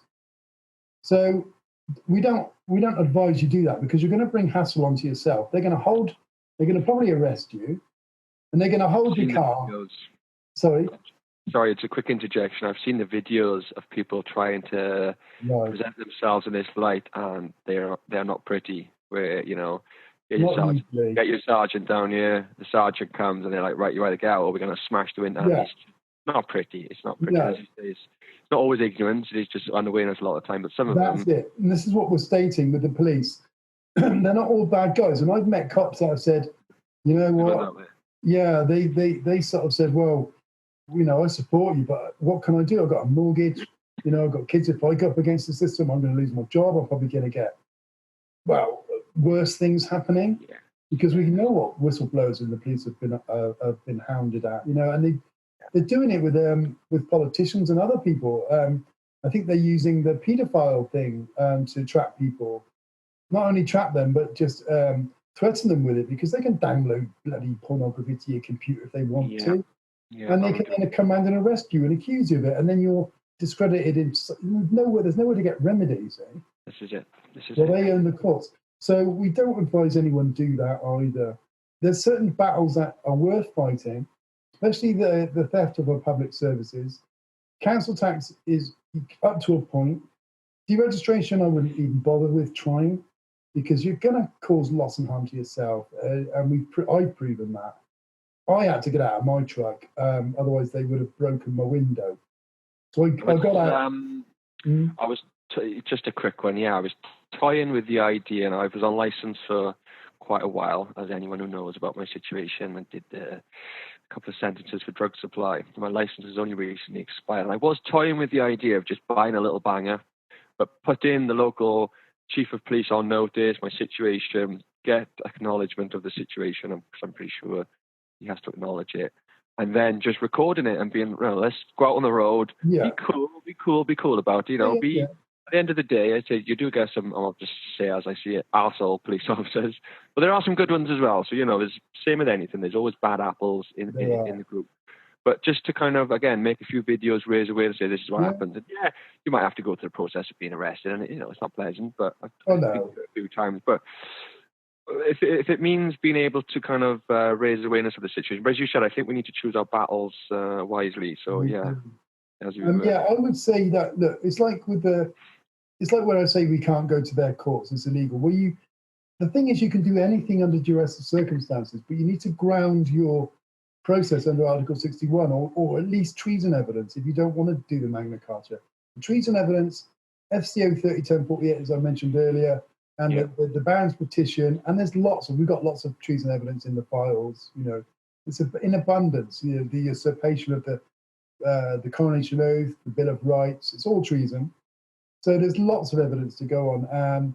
So I would say, you know, pick your battles wisely. Don't do something that's likely to cause you a great deal of harm. I also want to say that there's certain things that are very dodgy. If you're in the family courts, they're going to ignore you, and they're probably going to come down harder on you if you use treason evidence against them, because they're under threat then more. And they're secret. They can do what they like. They can put D-notices or whatever they call them now on the press. They can threaten you with imprisonment if you mention anything about the case. They've got that tied up. But if people start this process early on with the SS, who are the problem, they're a social service. Again, the clues are still there. You do not have to agree to their service. Now, and when they invoke, when they go through the schools, which is they do that as well if you won't do comply, you can take away from the school their presumption of loco parentis, or at least limit it. Loco parentis means basically, it's Latin. It means that the headmaster or the teachers have the rights of a parent when the child are in their care and protection. Right. Well, that's necessary up to a point, but not to the point where they can go and vaccinate them without you knowing, where they can bring in these social services without you knowing, and do other things like keep them in detention, lock them in these bloody rooms that they're doing at the moment. I've seen that, yeah. Okay, so you can take away the presumption. And this is what the fake courts work on. They all work on presumption. So in our notices, we remove the presumption. We give them no wiggle room. So we don't really mention contractual agreements or go into their rules and acts and statutes, because you're giving them more room to maneuver. I mean, they ignore the truth. If it's only about treason, if it's only about Article 61 in its invocation, there's no wiggle room for them. So they're more likely to run away from this, because if they don't, they're going to have to commit high treason. So that's an option that you give the agent, and that's why I've had successes in the past against a so-called district judge and HMRC and everyone else. So those points, I think, are important to make. Pick your battles wisely, folks. You know, if you're going to do this, know what the limits, know where you... The thing is, you can do it for any process, and the get-out clause is, you can pay up under duress. You need to let them know that. This payment is made under duress. I'm coming to this court hearing under duress because the police have threatened to kick my door in and whatever. Okay, so under duress, it's fine. But you can never grant the fake court, any jurisdiction. You cannot, because they have none. They are a corporate. I mean, you can look on Dun & Bradstreet, Companies House and Companies Check is probably the best one at the moment, to see that your local magistrates or court or crown courts, fake courts, I always have to say that, are corporate businesses. Now, that's illegal anyway.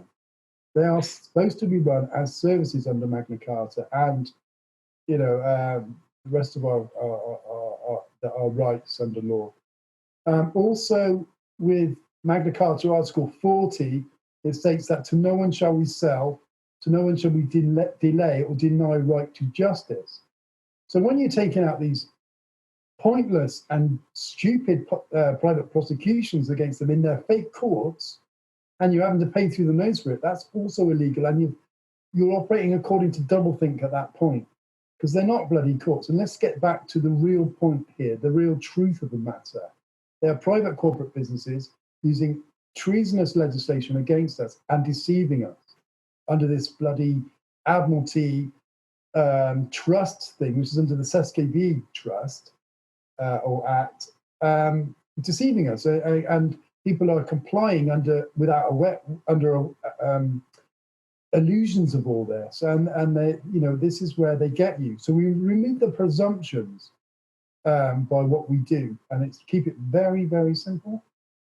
And this is the thing: when you realise the complexity of all this, once you've got all that locked down, the whole thing does seem very simple when you boil it all down to the basics, and it is. And that's the thing with common law; it's very simple. It was created for the imbecile to be able to understand. So it's not really rocket science. It's just observing truth. So I think obfuscation is that the word? Obfuscate, subjugate. Yeah. I mean, we're one of their fortes, the old obfuscation of all the information. But yeah, we're unraveling it. Yeah, for sure. Yeah. What are you saying? Go on. So this is a very long-term agenda, and we've got to look at this from a long way back. And when we look at it from 1688, for instance, but obviously a lot nearer, we'll take it back to 72 with peace treason. But also, I was going to say there. Sorry, I've got a bit brain fog. That's all right. I'm sure it'll come back. My point. I was going to make an important point.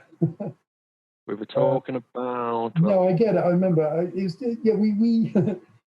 We need to take it back to a basic point of reference, really. And I think when we're talking about treason, we have to go back to 1688, really, the occupation of the crown and that. But when it comes to this immediate treason, it's the 72 Act, which the so-called imposters in Westminster are saying that they've repealed now, which is misdirection again, because they've got no, they're not even a government. They're a load of treasonous imposters, and they were appointed. And people think that we voted these people into service. Well, we didn't. The voting frauds have been well known over every general election, and we well know that the police take the complaints and they sit on them for 6 months until everyone's forgot, and then they don't investigate anything. So these politicians have mainly been appointed by the Bilderberger Group. Now Jeremy Hunt went to the last Bilderberger Group meeting, I think it was this year, and I think it must have been this year because it was recent, I believe. So Boris Johnson taking control at the moment. I think you're going to find he's going to mess it up in a big way, so he's unelectable until Jeremy Hunt gets in again. Do you not have any confidence in Boris? No, David? I don't. I'm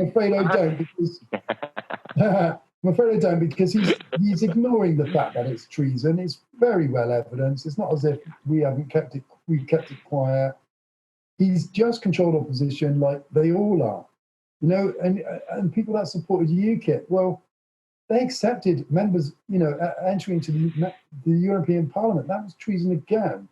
And, you know, I went after UKIP myself. I've been after the Green Party, Caroline Lucas as well. We've been after them all, you know, and they all run away from the word, the T word, as we call it, treason, as everyone else seems to, which is the frustrating bit, which is why our movement hasn't grown like it should have done by now. Because every other lawful rebellion, and the thing is with the lawful rebellion movement, we're not rebels, okay? And I need to explain why. Because a rebel, if you look in the dictionary or whatever, the English dictionary, not Black's rule book, okay, and a lot of laws. A few times. Yeah. If you look in the dictionary, a rebel is someone who acts against the authority of a nation or state or country. Whereas what we're doing is acting against, by law, by royal command, in fact, against the lack of authority. So we call ourselves dissenters, constitutional protectors, whatever you like, but we're not rebels. And I would argue against people saying that the government are rebels. They're treasonous imposters. They're not rebels. They're disgusting individuals, quite frankly, that are misdirecting everybody by using social engineering and programs. And, you know, Google's using algorithms and stuff now to keep people stressed. I mean, when you go on to try and find a decent copy of Magna Carta, for instance, you've got to struggle to find it. It took me ages to find a proper good one, and then we've got it in the files. It's on a PDF. So you get the Latin words, and then you get it translated, and then you get comments about it, which is very good to people to learn, to read up on. But what I'm saying is that they're hiding this information. You know, they're hiding this stuff. They want you to think that we don't have a written constitution, and one that isn't codified. Well, we have a written constitution. It's Magna Carta and the Coronation Oath. Those are the principal constitutional documents created by the people versus the Crown, or with the people and the Crown, rather than Parliament getting involved. So we have a written constitution, and it's also codified. A lot of people like to state that codification is like a codified constitution is like the American one, all put into one document. Well, our constitution was built up, it's been reasserted, the common law has been reasserted time and time again. Magna Carta has been reasserted with the Coronation Oaths, basically, until more recently, 1688. But we have a codified constitution because when the constitution is applied in full, it provides a system of protocols that need to be followed for it to work properly. So a codified means a system of protocols, really. And you can look it up. It's what it says in the dictionary, you know. So it doesn't need to be in one document. And ours can't be, really, unless I guess we could, under constitutional convention, we could put it all into one document, but no need to. It's got history behind it. It's well established. You know, it's become customary, and that's another thing Parliament cannot touch is customs. They can't touch maxims either, although they've created a few illegal maxims, like let those that will be deceived be deceived. I mean, they use that to its maximum, you know. Oh, sure they do. Yes. Well, they do, because they usurp the real meaning, the spirit of it, what it was created for, I believe, which was... Darrell Bickler talks about that in terms of mirrored, you know, kind of transferred epithets, I think was the word. I think I get your point, yeah. Yeah, so that's I'll refer back to Darrell again. Interesting stuff, and very similar. He's on his own different field, but right. it's exactly the same. to come together and learn each other's understandings, because we're only going to grow together with it. Exactly.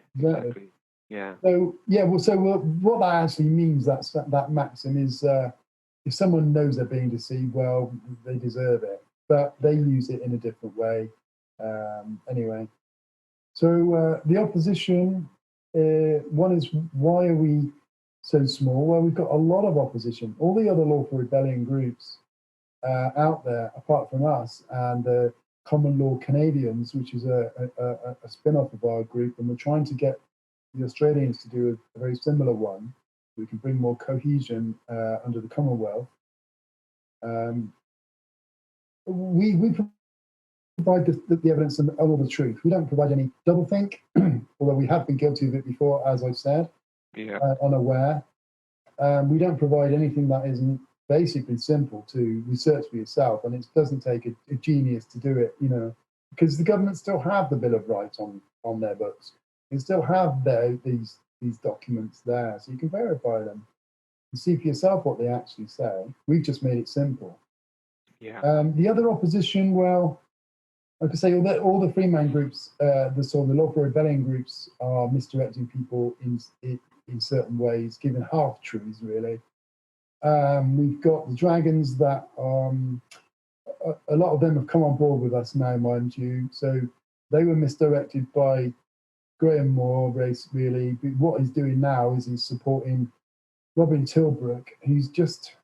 What he's trying to do is to bring a case against, saying that we left the European Union in the 29th of March, when we were never in it in the first place for a start. And he's trying to do it in their fake corporate courts. Right. So we're never going to get remedy, and it's total misdirection, you see. Also, I had a radio show on the Ollie Connolly Daily Brexit show, and he just spat out his dummy on when I explained the doublethink, because to ask the criminal government to do a judicial review on whether we have the right to bear arms isn't really what we want to think about anyway, but we do have. It's clearly provided under the law anyway, or whether the 72 European Union Act was legal. It's no good asking the criminals and asking them to do a judicial review on it when they're not even part of the judiciary. They're a corporate entity. It's doublethink, and he didn't like any of that.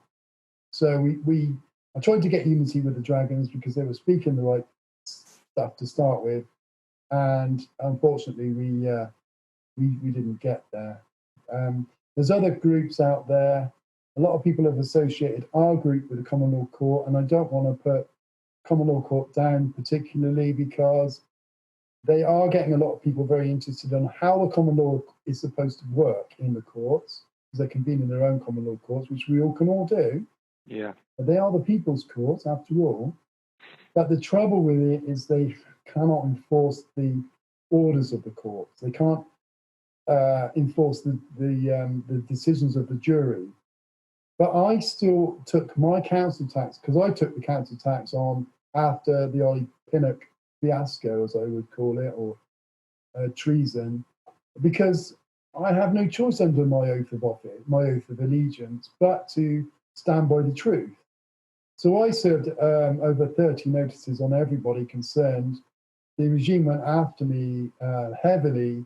The council, the universal credits scam, completely destroyed my financial situation. The council hit me suddenly with a £1,000 council tax bill, and I ended up homeless, and they have a warrant out for my arrest today, but I'm sure they could find me if they really wanted to, but I'm not going down easily, and they freaking well know it. And so they've impoverished me by standing up against the regime. And this is the trouble now. We don't want to get people into trouble. We want people to stand by the law and to assert themselves, but not to do it to their own detriment. Yeah. But we need to grow as a movement, because the Facebook group page, for a start, they've messed with our membership level numbers, because we added 200 the other day. Well, I've added 400 in one go in the past, and we've had like 50 members. Now, I know there are some cases where people may not have joined or may have left because they didn't want to be in the group, but they're messing with our numbers. And there's a lot more people standing in Lawful Dissent outside of Facebook, you know. Yeah. Caroline Stevens did an interview with the only Baron that's actually come forward, which is Lord Craigmile. He's a nice guy, but a bit dim, to be fair. Sorry, Lord Craigmile, I think you're a decent guy, and at least you did an interview with Caroline to explain the position of the Barons. We have to understand that the Barons, after they invoked Article 61, were kicked out of the House of Lords by the impostors that remained there. No doubt they would have been hounded in other ways, perhaps financially, perhaps. We don't know. That's hearsay. Yeah. But you can't also expect the generals to enter the battlefield before the armies arrive. So what we've done is, because they've gone AWOL, and they didn't frankly even know what they were doing, I don't think, really, to be honest. But we had to take control of the movement. The direction they gave us at the time was that they invoked Article 61, and it says what we have to do in there by law. We have to compel other people to stand. This is why it was created, to create unity amongst the people. So anyone not standing on Article 61, it's not my opinion, this is just the law, are acting in outlawry at this time. They're outside of the law. And I'm sorry if that upsets anyone, but that's just the truth. It's not my opinion in law, okay? That's what the law says. And if anyone who denies the common law and the people's law, which protects our sovereignty and protects us from tyranny, then you really need your head looked at, mate, because, you know, you're not doing anyone a service. You're only helping the perverts in government remain there. And, you know, I'm quite blunt with this with people, and I have been over the years. I'm quite well known for it, to be quite honest. But we've got to cut through the BS, mate. We've got to get to the point where we can actually exact a remedy. You know, we can bring it about. So the Common Law Court have been doing things a little bit differently to us. I did get, if you like, remedy under their process, which is the correct process, that we did against the council tax. The council official was summoned and didn't appear. I provided my evidence to the jurors. They decided that treason had been committed, and so the verdict was in my favour. And we left it at that. But what I wanted to do was to just get the documents, get the process that have actually been to a proper court of law, probably convened court of law, and it's been verified by the people that what you're doing is criminal. So it's added weight to my process, added weight to my evidence. Some people are saying, well, look, it's a biased court because everyone's there because they don't like the government and they're in rebellion or dissent or whatever. It's not quite the truth. They have to follow a process. They have to follow the truth, the evidence. Now, if the opposition, the defence don't appear and present an evidence, then they get found guilty in their absence. Like, you know, that's how it. We've got no way of enforcing. You know, we can't send the police around to get them to the bloody court, can we? And this is the problem with the common law court. It's not enforceable. I support it for the one reason that it's making people aware how the courts work. But I was a bit unhappy with the main spokesman, who isn't the common law court. He's just been a spokesman in certain areas of court process and stuff, which is John Smith. He's a very nice guy. He's got good intentions. Unfortunately, he has not been a benefit to the movement because he, at one point on the Caroline Stevens radio show or interview, stated that, you know, Magna Carta was not really, you know, it's more for the barons and the people, when it evidently is not. You know, it's for everyone. It's not for anyone in particular, and it's not just for men; it's for women too. Although back in the feudal days, the women didn't have rights as jurors, to be fair, but they do today. This has changed. We were in a different time zone then. But anyway, so they did that, and they also came out and stated, well, they've agreed that there's two jurisdictions, the common law and their admiralty fake rules rather than law, which is a mistake and doublethink as well, because they don't have jurisdiction. If you look up the word jurisdiction, it means unable to enact law, basically, authorized to act according to law, to preside over law. I can't remember the actual wording, but you can check it out for yourself. That's what it states. So they don't have any jurisdiction. And I didn't want it to, I supported the common law courts on conditions that we don't end up with their courts and our courts, because it's missing the point. We have to unite together. And it's a catch-22 thing, really, as I understand.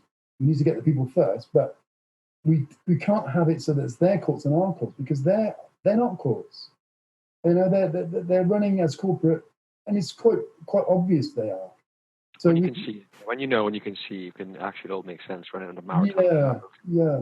The way it's all talk and all the rest of it, yeah. Yeah, and the last thing I would like to state, and I'm a bit annoyed about really, because through a third party, and I'd sent emails to John about the Lynn Thayer matter.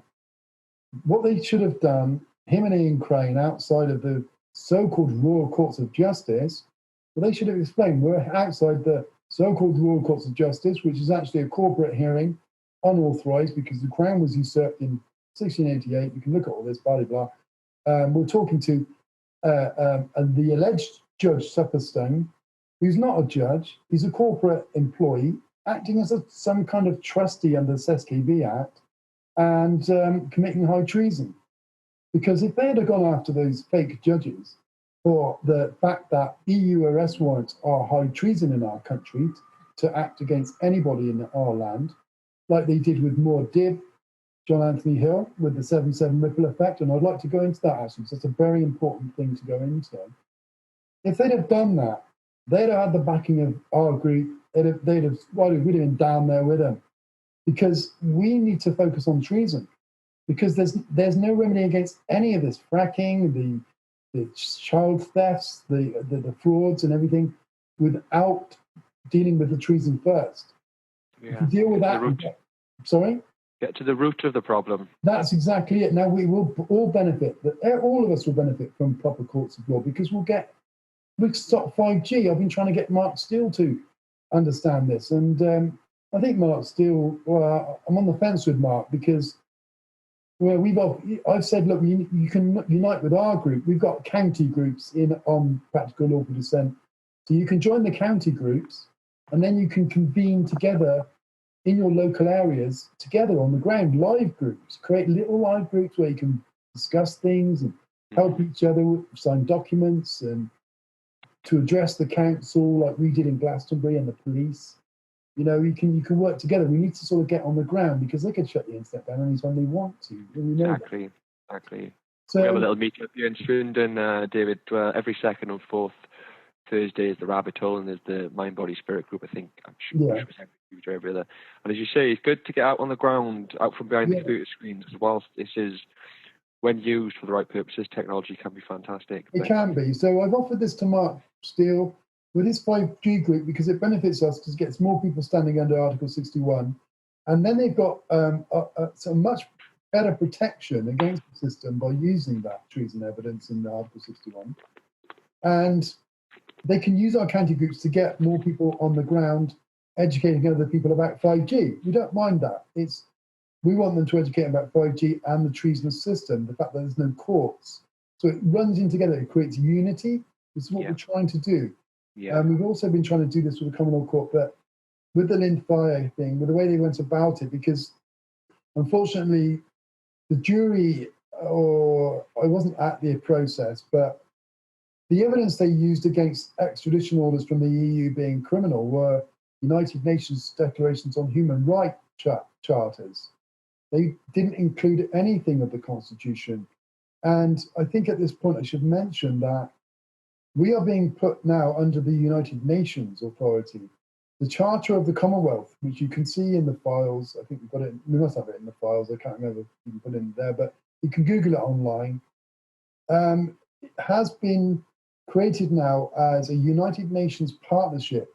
The Queen, the usurped Queen agreed this, probably under duress, we don't know any of that, but also Britain or England, because people don't like the term Britain, England, the English Isles, if you like, and Canada and New Zealand have signed up to the UN's Global Immigration Compact, which basically makes all immigrants sovereign in the country. What it does is it usurps our sovereignty under the United Nations. Again, it's treason, and this is happening behind everyone's backs while they're focused on the EU and Brexit.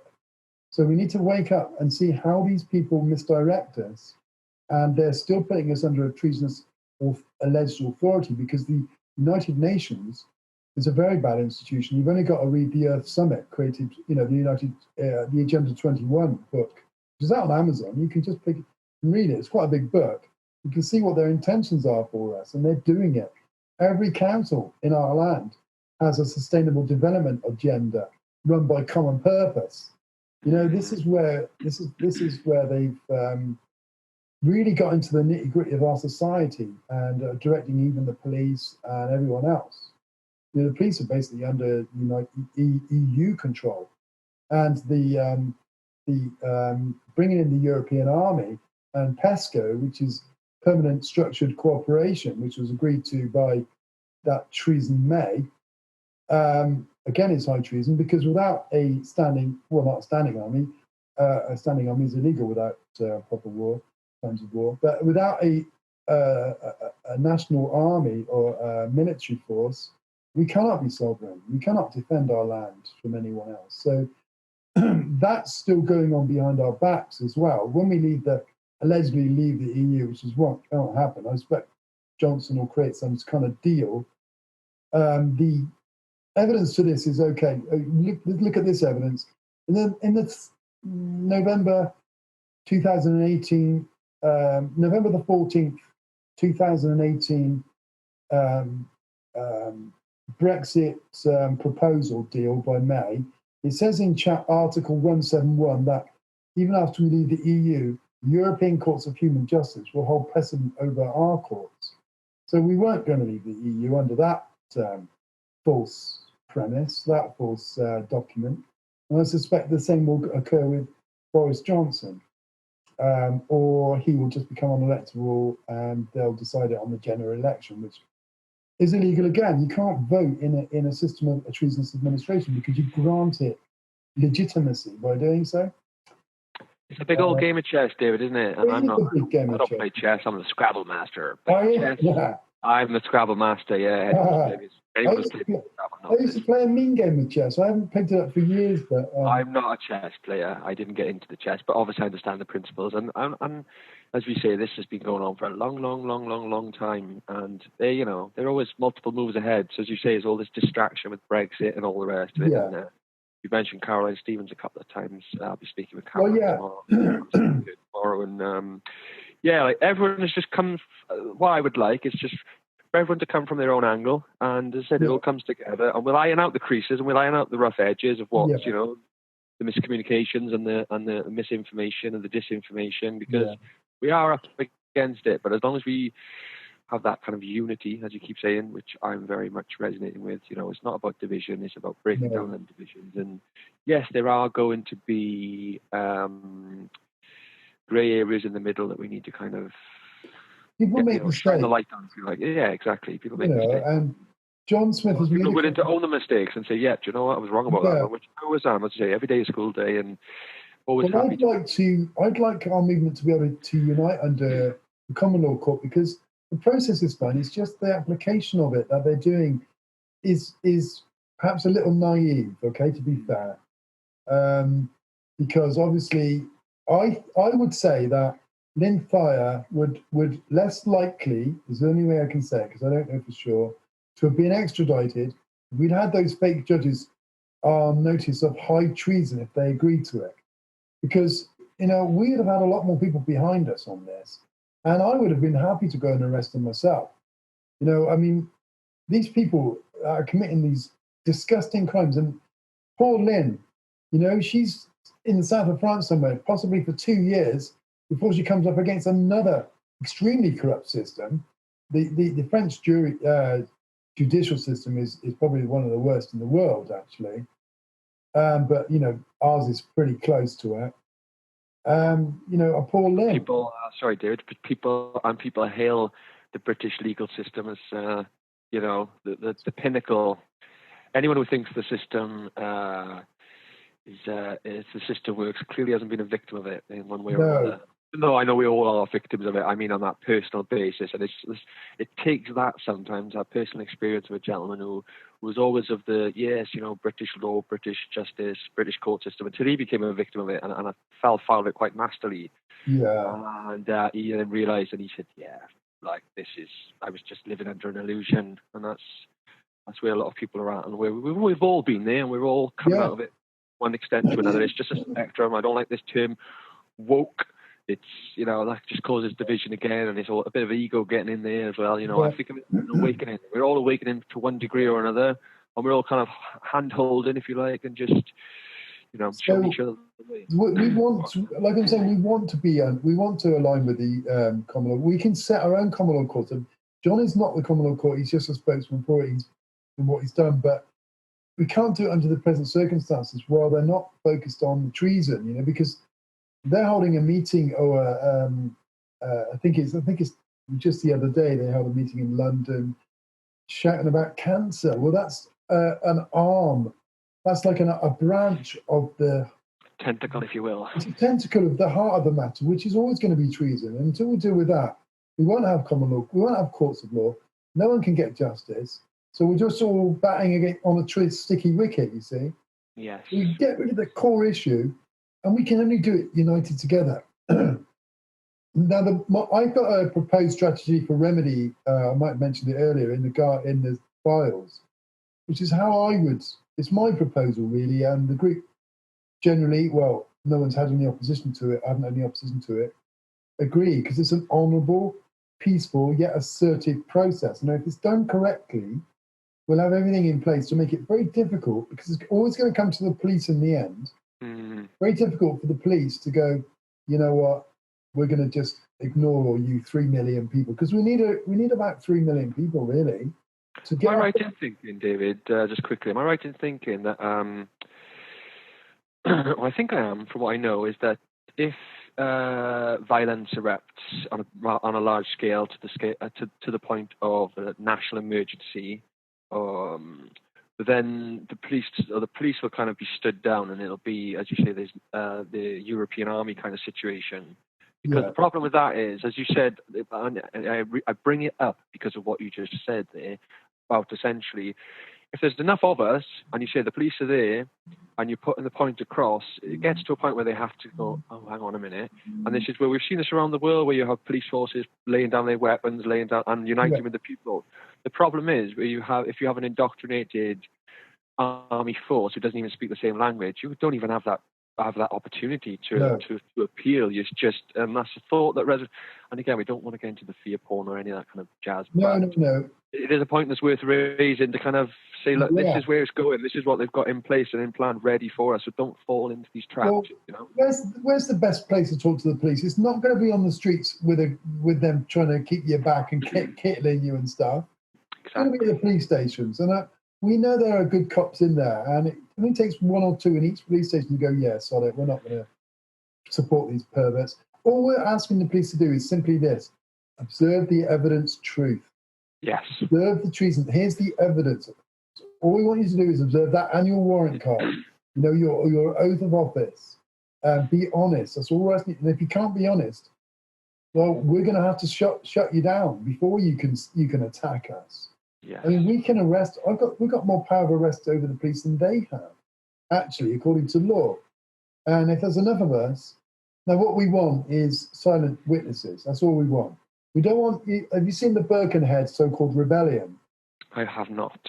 Okay, well that's on video, and it was a rabble. I was there, but it was We didn't know what we were walking into. We were just asked to, when I was a freeman on the land, operating as a freeman, we went down to support it. And I won't go into it, but it became a bit of a rabble. It wasn't very well organised. And people went to prison. You know, people didn't stand by the law fully. And it was a bit of a disappointment. But we don't want that again. What we want is 2 spokespersons at each venue. And I suggest the 45 police headquarters in the land to act as the spokesman for all the silent witnesses that will come out. You can wear your yellow vest, that's fine. Just bring your cameras, just record everything. That's it, live stream everything. Yeah, and if anything gets untoward, you know, if there's violence anywhere, we will have also enforcers. And I'd like to get them properly verified as common law constables under the common law. We don't have to, we can convene our own common law to do that anyway, common law court. But I'd like to get them.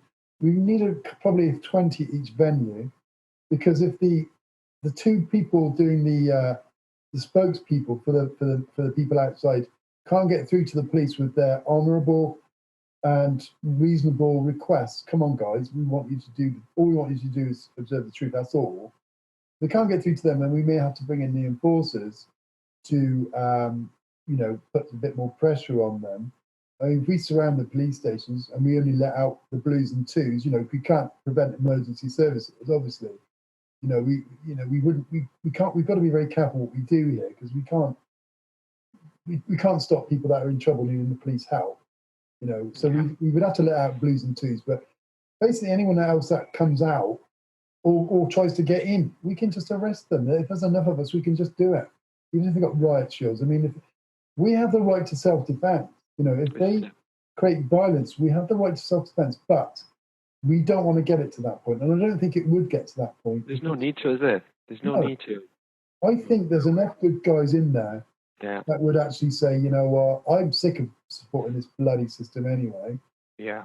You know, these perverts, you know, they hide all this bloody paedophile evidence against themselves, you know, and they focus on the people like Epstein, who, you know, allegedly committed suicide. Well, he's probably down in some South American country now. You know, there's witnesses at the prison that say he was taken out by military escort. But I don't know any. That's hearsay. I have to say, people. Yeah. But this is how the game is being played. They're getting rid of people like that.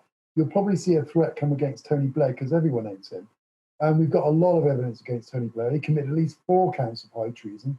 He also committed terrorism. And I'd like to just bring in this point of John Anthony Hill's process with the 7/7 ripple effect. The reason being, they went after John Anthony Hill for trying to prove that the extra Muslim guys that they were trying to fit up for aiding the alleged bombers in London, which weren't even, you've got to look what's ripple effect to see this, but is that a YouTube video, David? Say again? Is that a YouTube video you're referring to? It's a YouTube video, 7/7 Ripple Effect 2. That's the one. I'll put the link in the description. He's done a third. So have a look at it. And also Richard D. Hall. He did an interview with Muad'Dib, and that's a very good interview. He explains what happened. So that's really worth. There's 3 videos of Muad'Dib explaining what happened, what he tried to do, and what they did against him. He ended up with 150 days in prison. They extradited him. They extradited him from Ireland with a EU arrest warrant. This is in what, 2011? No, some note. I can't remember the date. Sorry, the year. That's all right. Not important. But because all he did was he sent his evidence to a jury in England to help these Muslim guys who they were trying to fit up, because they'd shot the other patsies at Canary Wharf. They weren't blown up in trains. The explosions in the trains came up from the ground underneath the trains. It's all evidence. Okay. So it was C4, and that's why John de Menzies was murdered, because the first thing they said on the 7/7 London bombings was there had been an electrical surge on the underground, if you remember. Well, there was an electrical surge. John de Menzies was an electrician, and that electrical surge, I suggest, set off the C4 explosives. Right. And if you look into this in a lot of depth, you know, because there was an exercise running at the very same time, involving the very same circumstances, by Pfizer consultants. And the guy running that, Peter Power, he's a bloody terrorist. And it's all evidence. The point I wanted to make with that, sorry, I diversed, was that the jury heard the evidence and they pronounced John Anthony Hill not guilty on that evidence. But that, by default, said that they, by a verdict of 10-2, stated that the government were guilty of terrorism.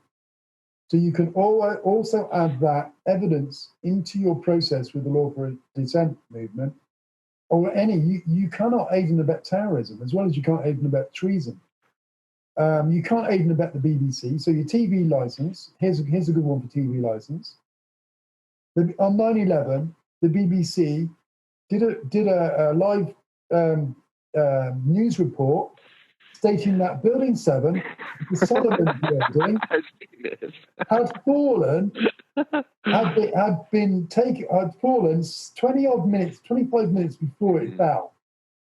And that proves that the BBC were complicit with that crime. They wouldn't have known it was going to fall because it was a surprise to everybody. And most people don't even realise that 3 buildings fell that day. They just see the Twin Towers. That was it. Yeah. So if you want to get off your TV license, just refer to the video, and it's on YouTube. But still, there we go. And Maud Deeb also, John Anthony Hill also refers to it. Send a link to that and say, well, I can't support terrorism, so I'm not paying TV license. You can bugger off. You know? Yeah. I've used it, and they sent a letter back saying, not going to investigate you for 2 more years. All right, there we go. Yeah. Yeah, I've never paid for a TV license ever. Got wise of that little scam back in the early days. But as you say, people are afraid because they use these threatening letters and these intimidating adverts and stuff, and and also the tactics that they use. Someone personally to me recently, let them in. I'm like, why did you let them in once they're in? And then these guys, they're some of them nasty bully type characters, and that's how they make their living. But yes, I was just going to say that we've kind of covered a lot of ground there, David. This has been pretty fantastic. I really do appreciate you bringing the information to the table for us. And thank you for letting me. No, my absolute pleasure. Thank you for coming. I just wanted to ask, was there anything before we round off that you wanted to kind of skip back around to? Are there any kind of points you wanted to bring up in summary? Oh, I could probably go on about loads. I bet you could. I bet you could. We could. We'll continue with this.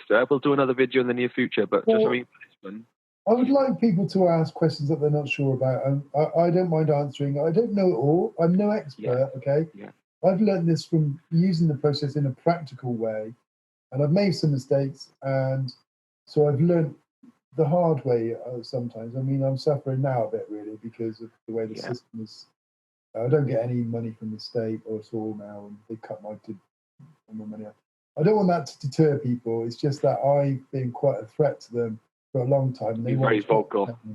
Yeah, they want to put me in prison in a star chamber where I'll probably end up getting suicided. You know what I mean? Well, Now, I just want to suicide all of us, though, David, can they? That's the whole point. They can't, but I just want to suicide us all, so let's all get together now. Get this information. Yeah. Together we're powerful. Too many grass fires everywhere now for them to put out. It's just Are we coming towards the end of the time? Because I just wanted to mention one other group. You can mention as much as you like, but we'll kind of come towards rounding it off now. Because I just wanted to mention that we've attempted to help the veterans with this information because they're being summoned to private corporate hearings in Ireland for crimes that are... I'm not even going to debate the crimes because there was a lot of things that people don't know about Northern Ireland. There's a lot of things being misdirected, as it always does with the media. But the fact is, if they're to be tried, they need to be tried by a properly convened court of law, where the truth is open to be... not by some tribunal, by judges in a fake corporate hearing, because what they're trying to do is incite riot. They're trying to incite civil unrest because then they can bring down more restrictions on us, as you pointed out. So we've got a bit of opposition with the veterans. They're saying, "Oh, it's all rubbish," and they're not listening. But I've actually done a talk with some very interesting guys that were very interested. I did a 2-hour talk with some of the veterans. So at least we've tried. They can use our process against these fake courts and the only thing they can do is to commit treason to go after them. Now, I just want to say again, to stamp that point, we don't know what happened in Ireland. We don't know that the IRA were actually in conjunction with the present government in certain ways, and we don't know that things happened that they were also instructed under a treasonous regime. So they're not. It's not like the Nuremberg trials where they were responsible for all their actions. Even not that all their actions were as bad as what people are making out of. Because if you hand a gun to a child and you're in a war zone, you're going to shoot first and ask questions later. And if that gun goes missing, well, where's the evidence that you didn't just blatantly shoot a kid on the street? Well, there's none, is there? So this is the sort of thing that has occurred, I understand, and I don't have any. I have to say this is hearsay because I think these things need to be heard in a court of law, not by some criminal judges that want to incite riot in our country to bring down martial law or whatever it is they want, or the Gen 4 Rapid Reaction Force, or the United Nations so-called Peace Force onto the streets of Britain. We've got to be very aware not to play that game. And I want the veterans to understand this point, and I'm going to be posting this video out.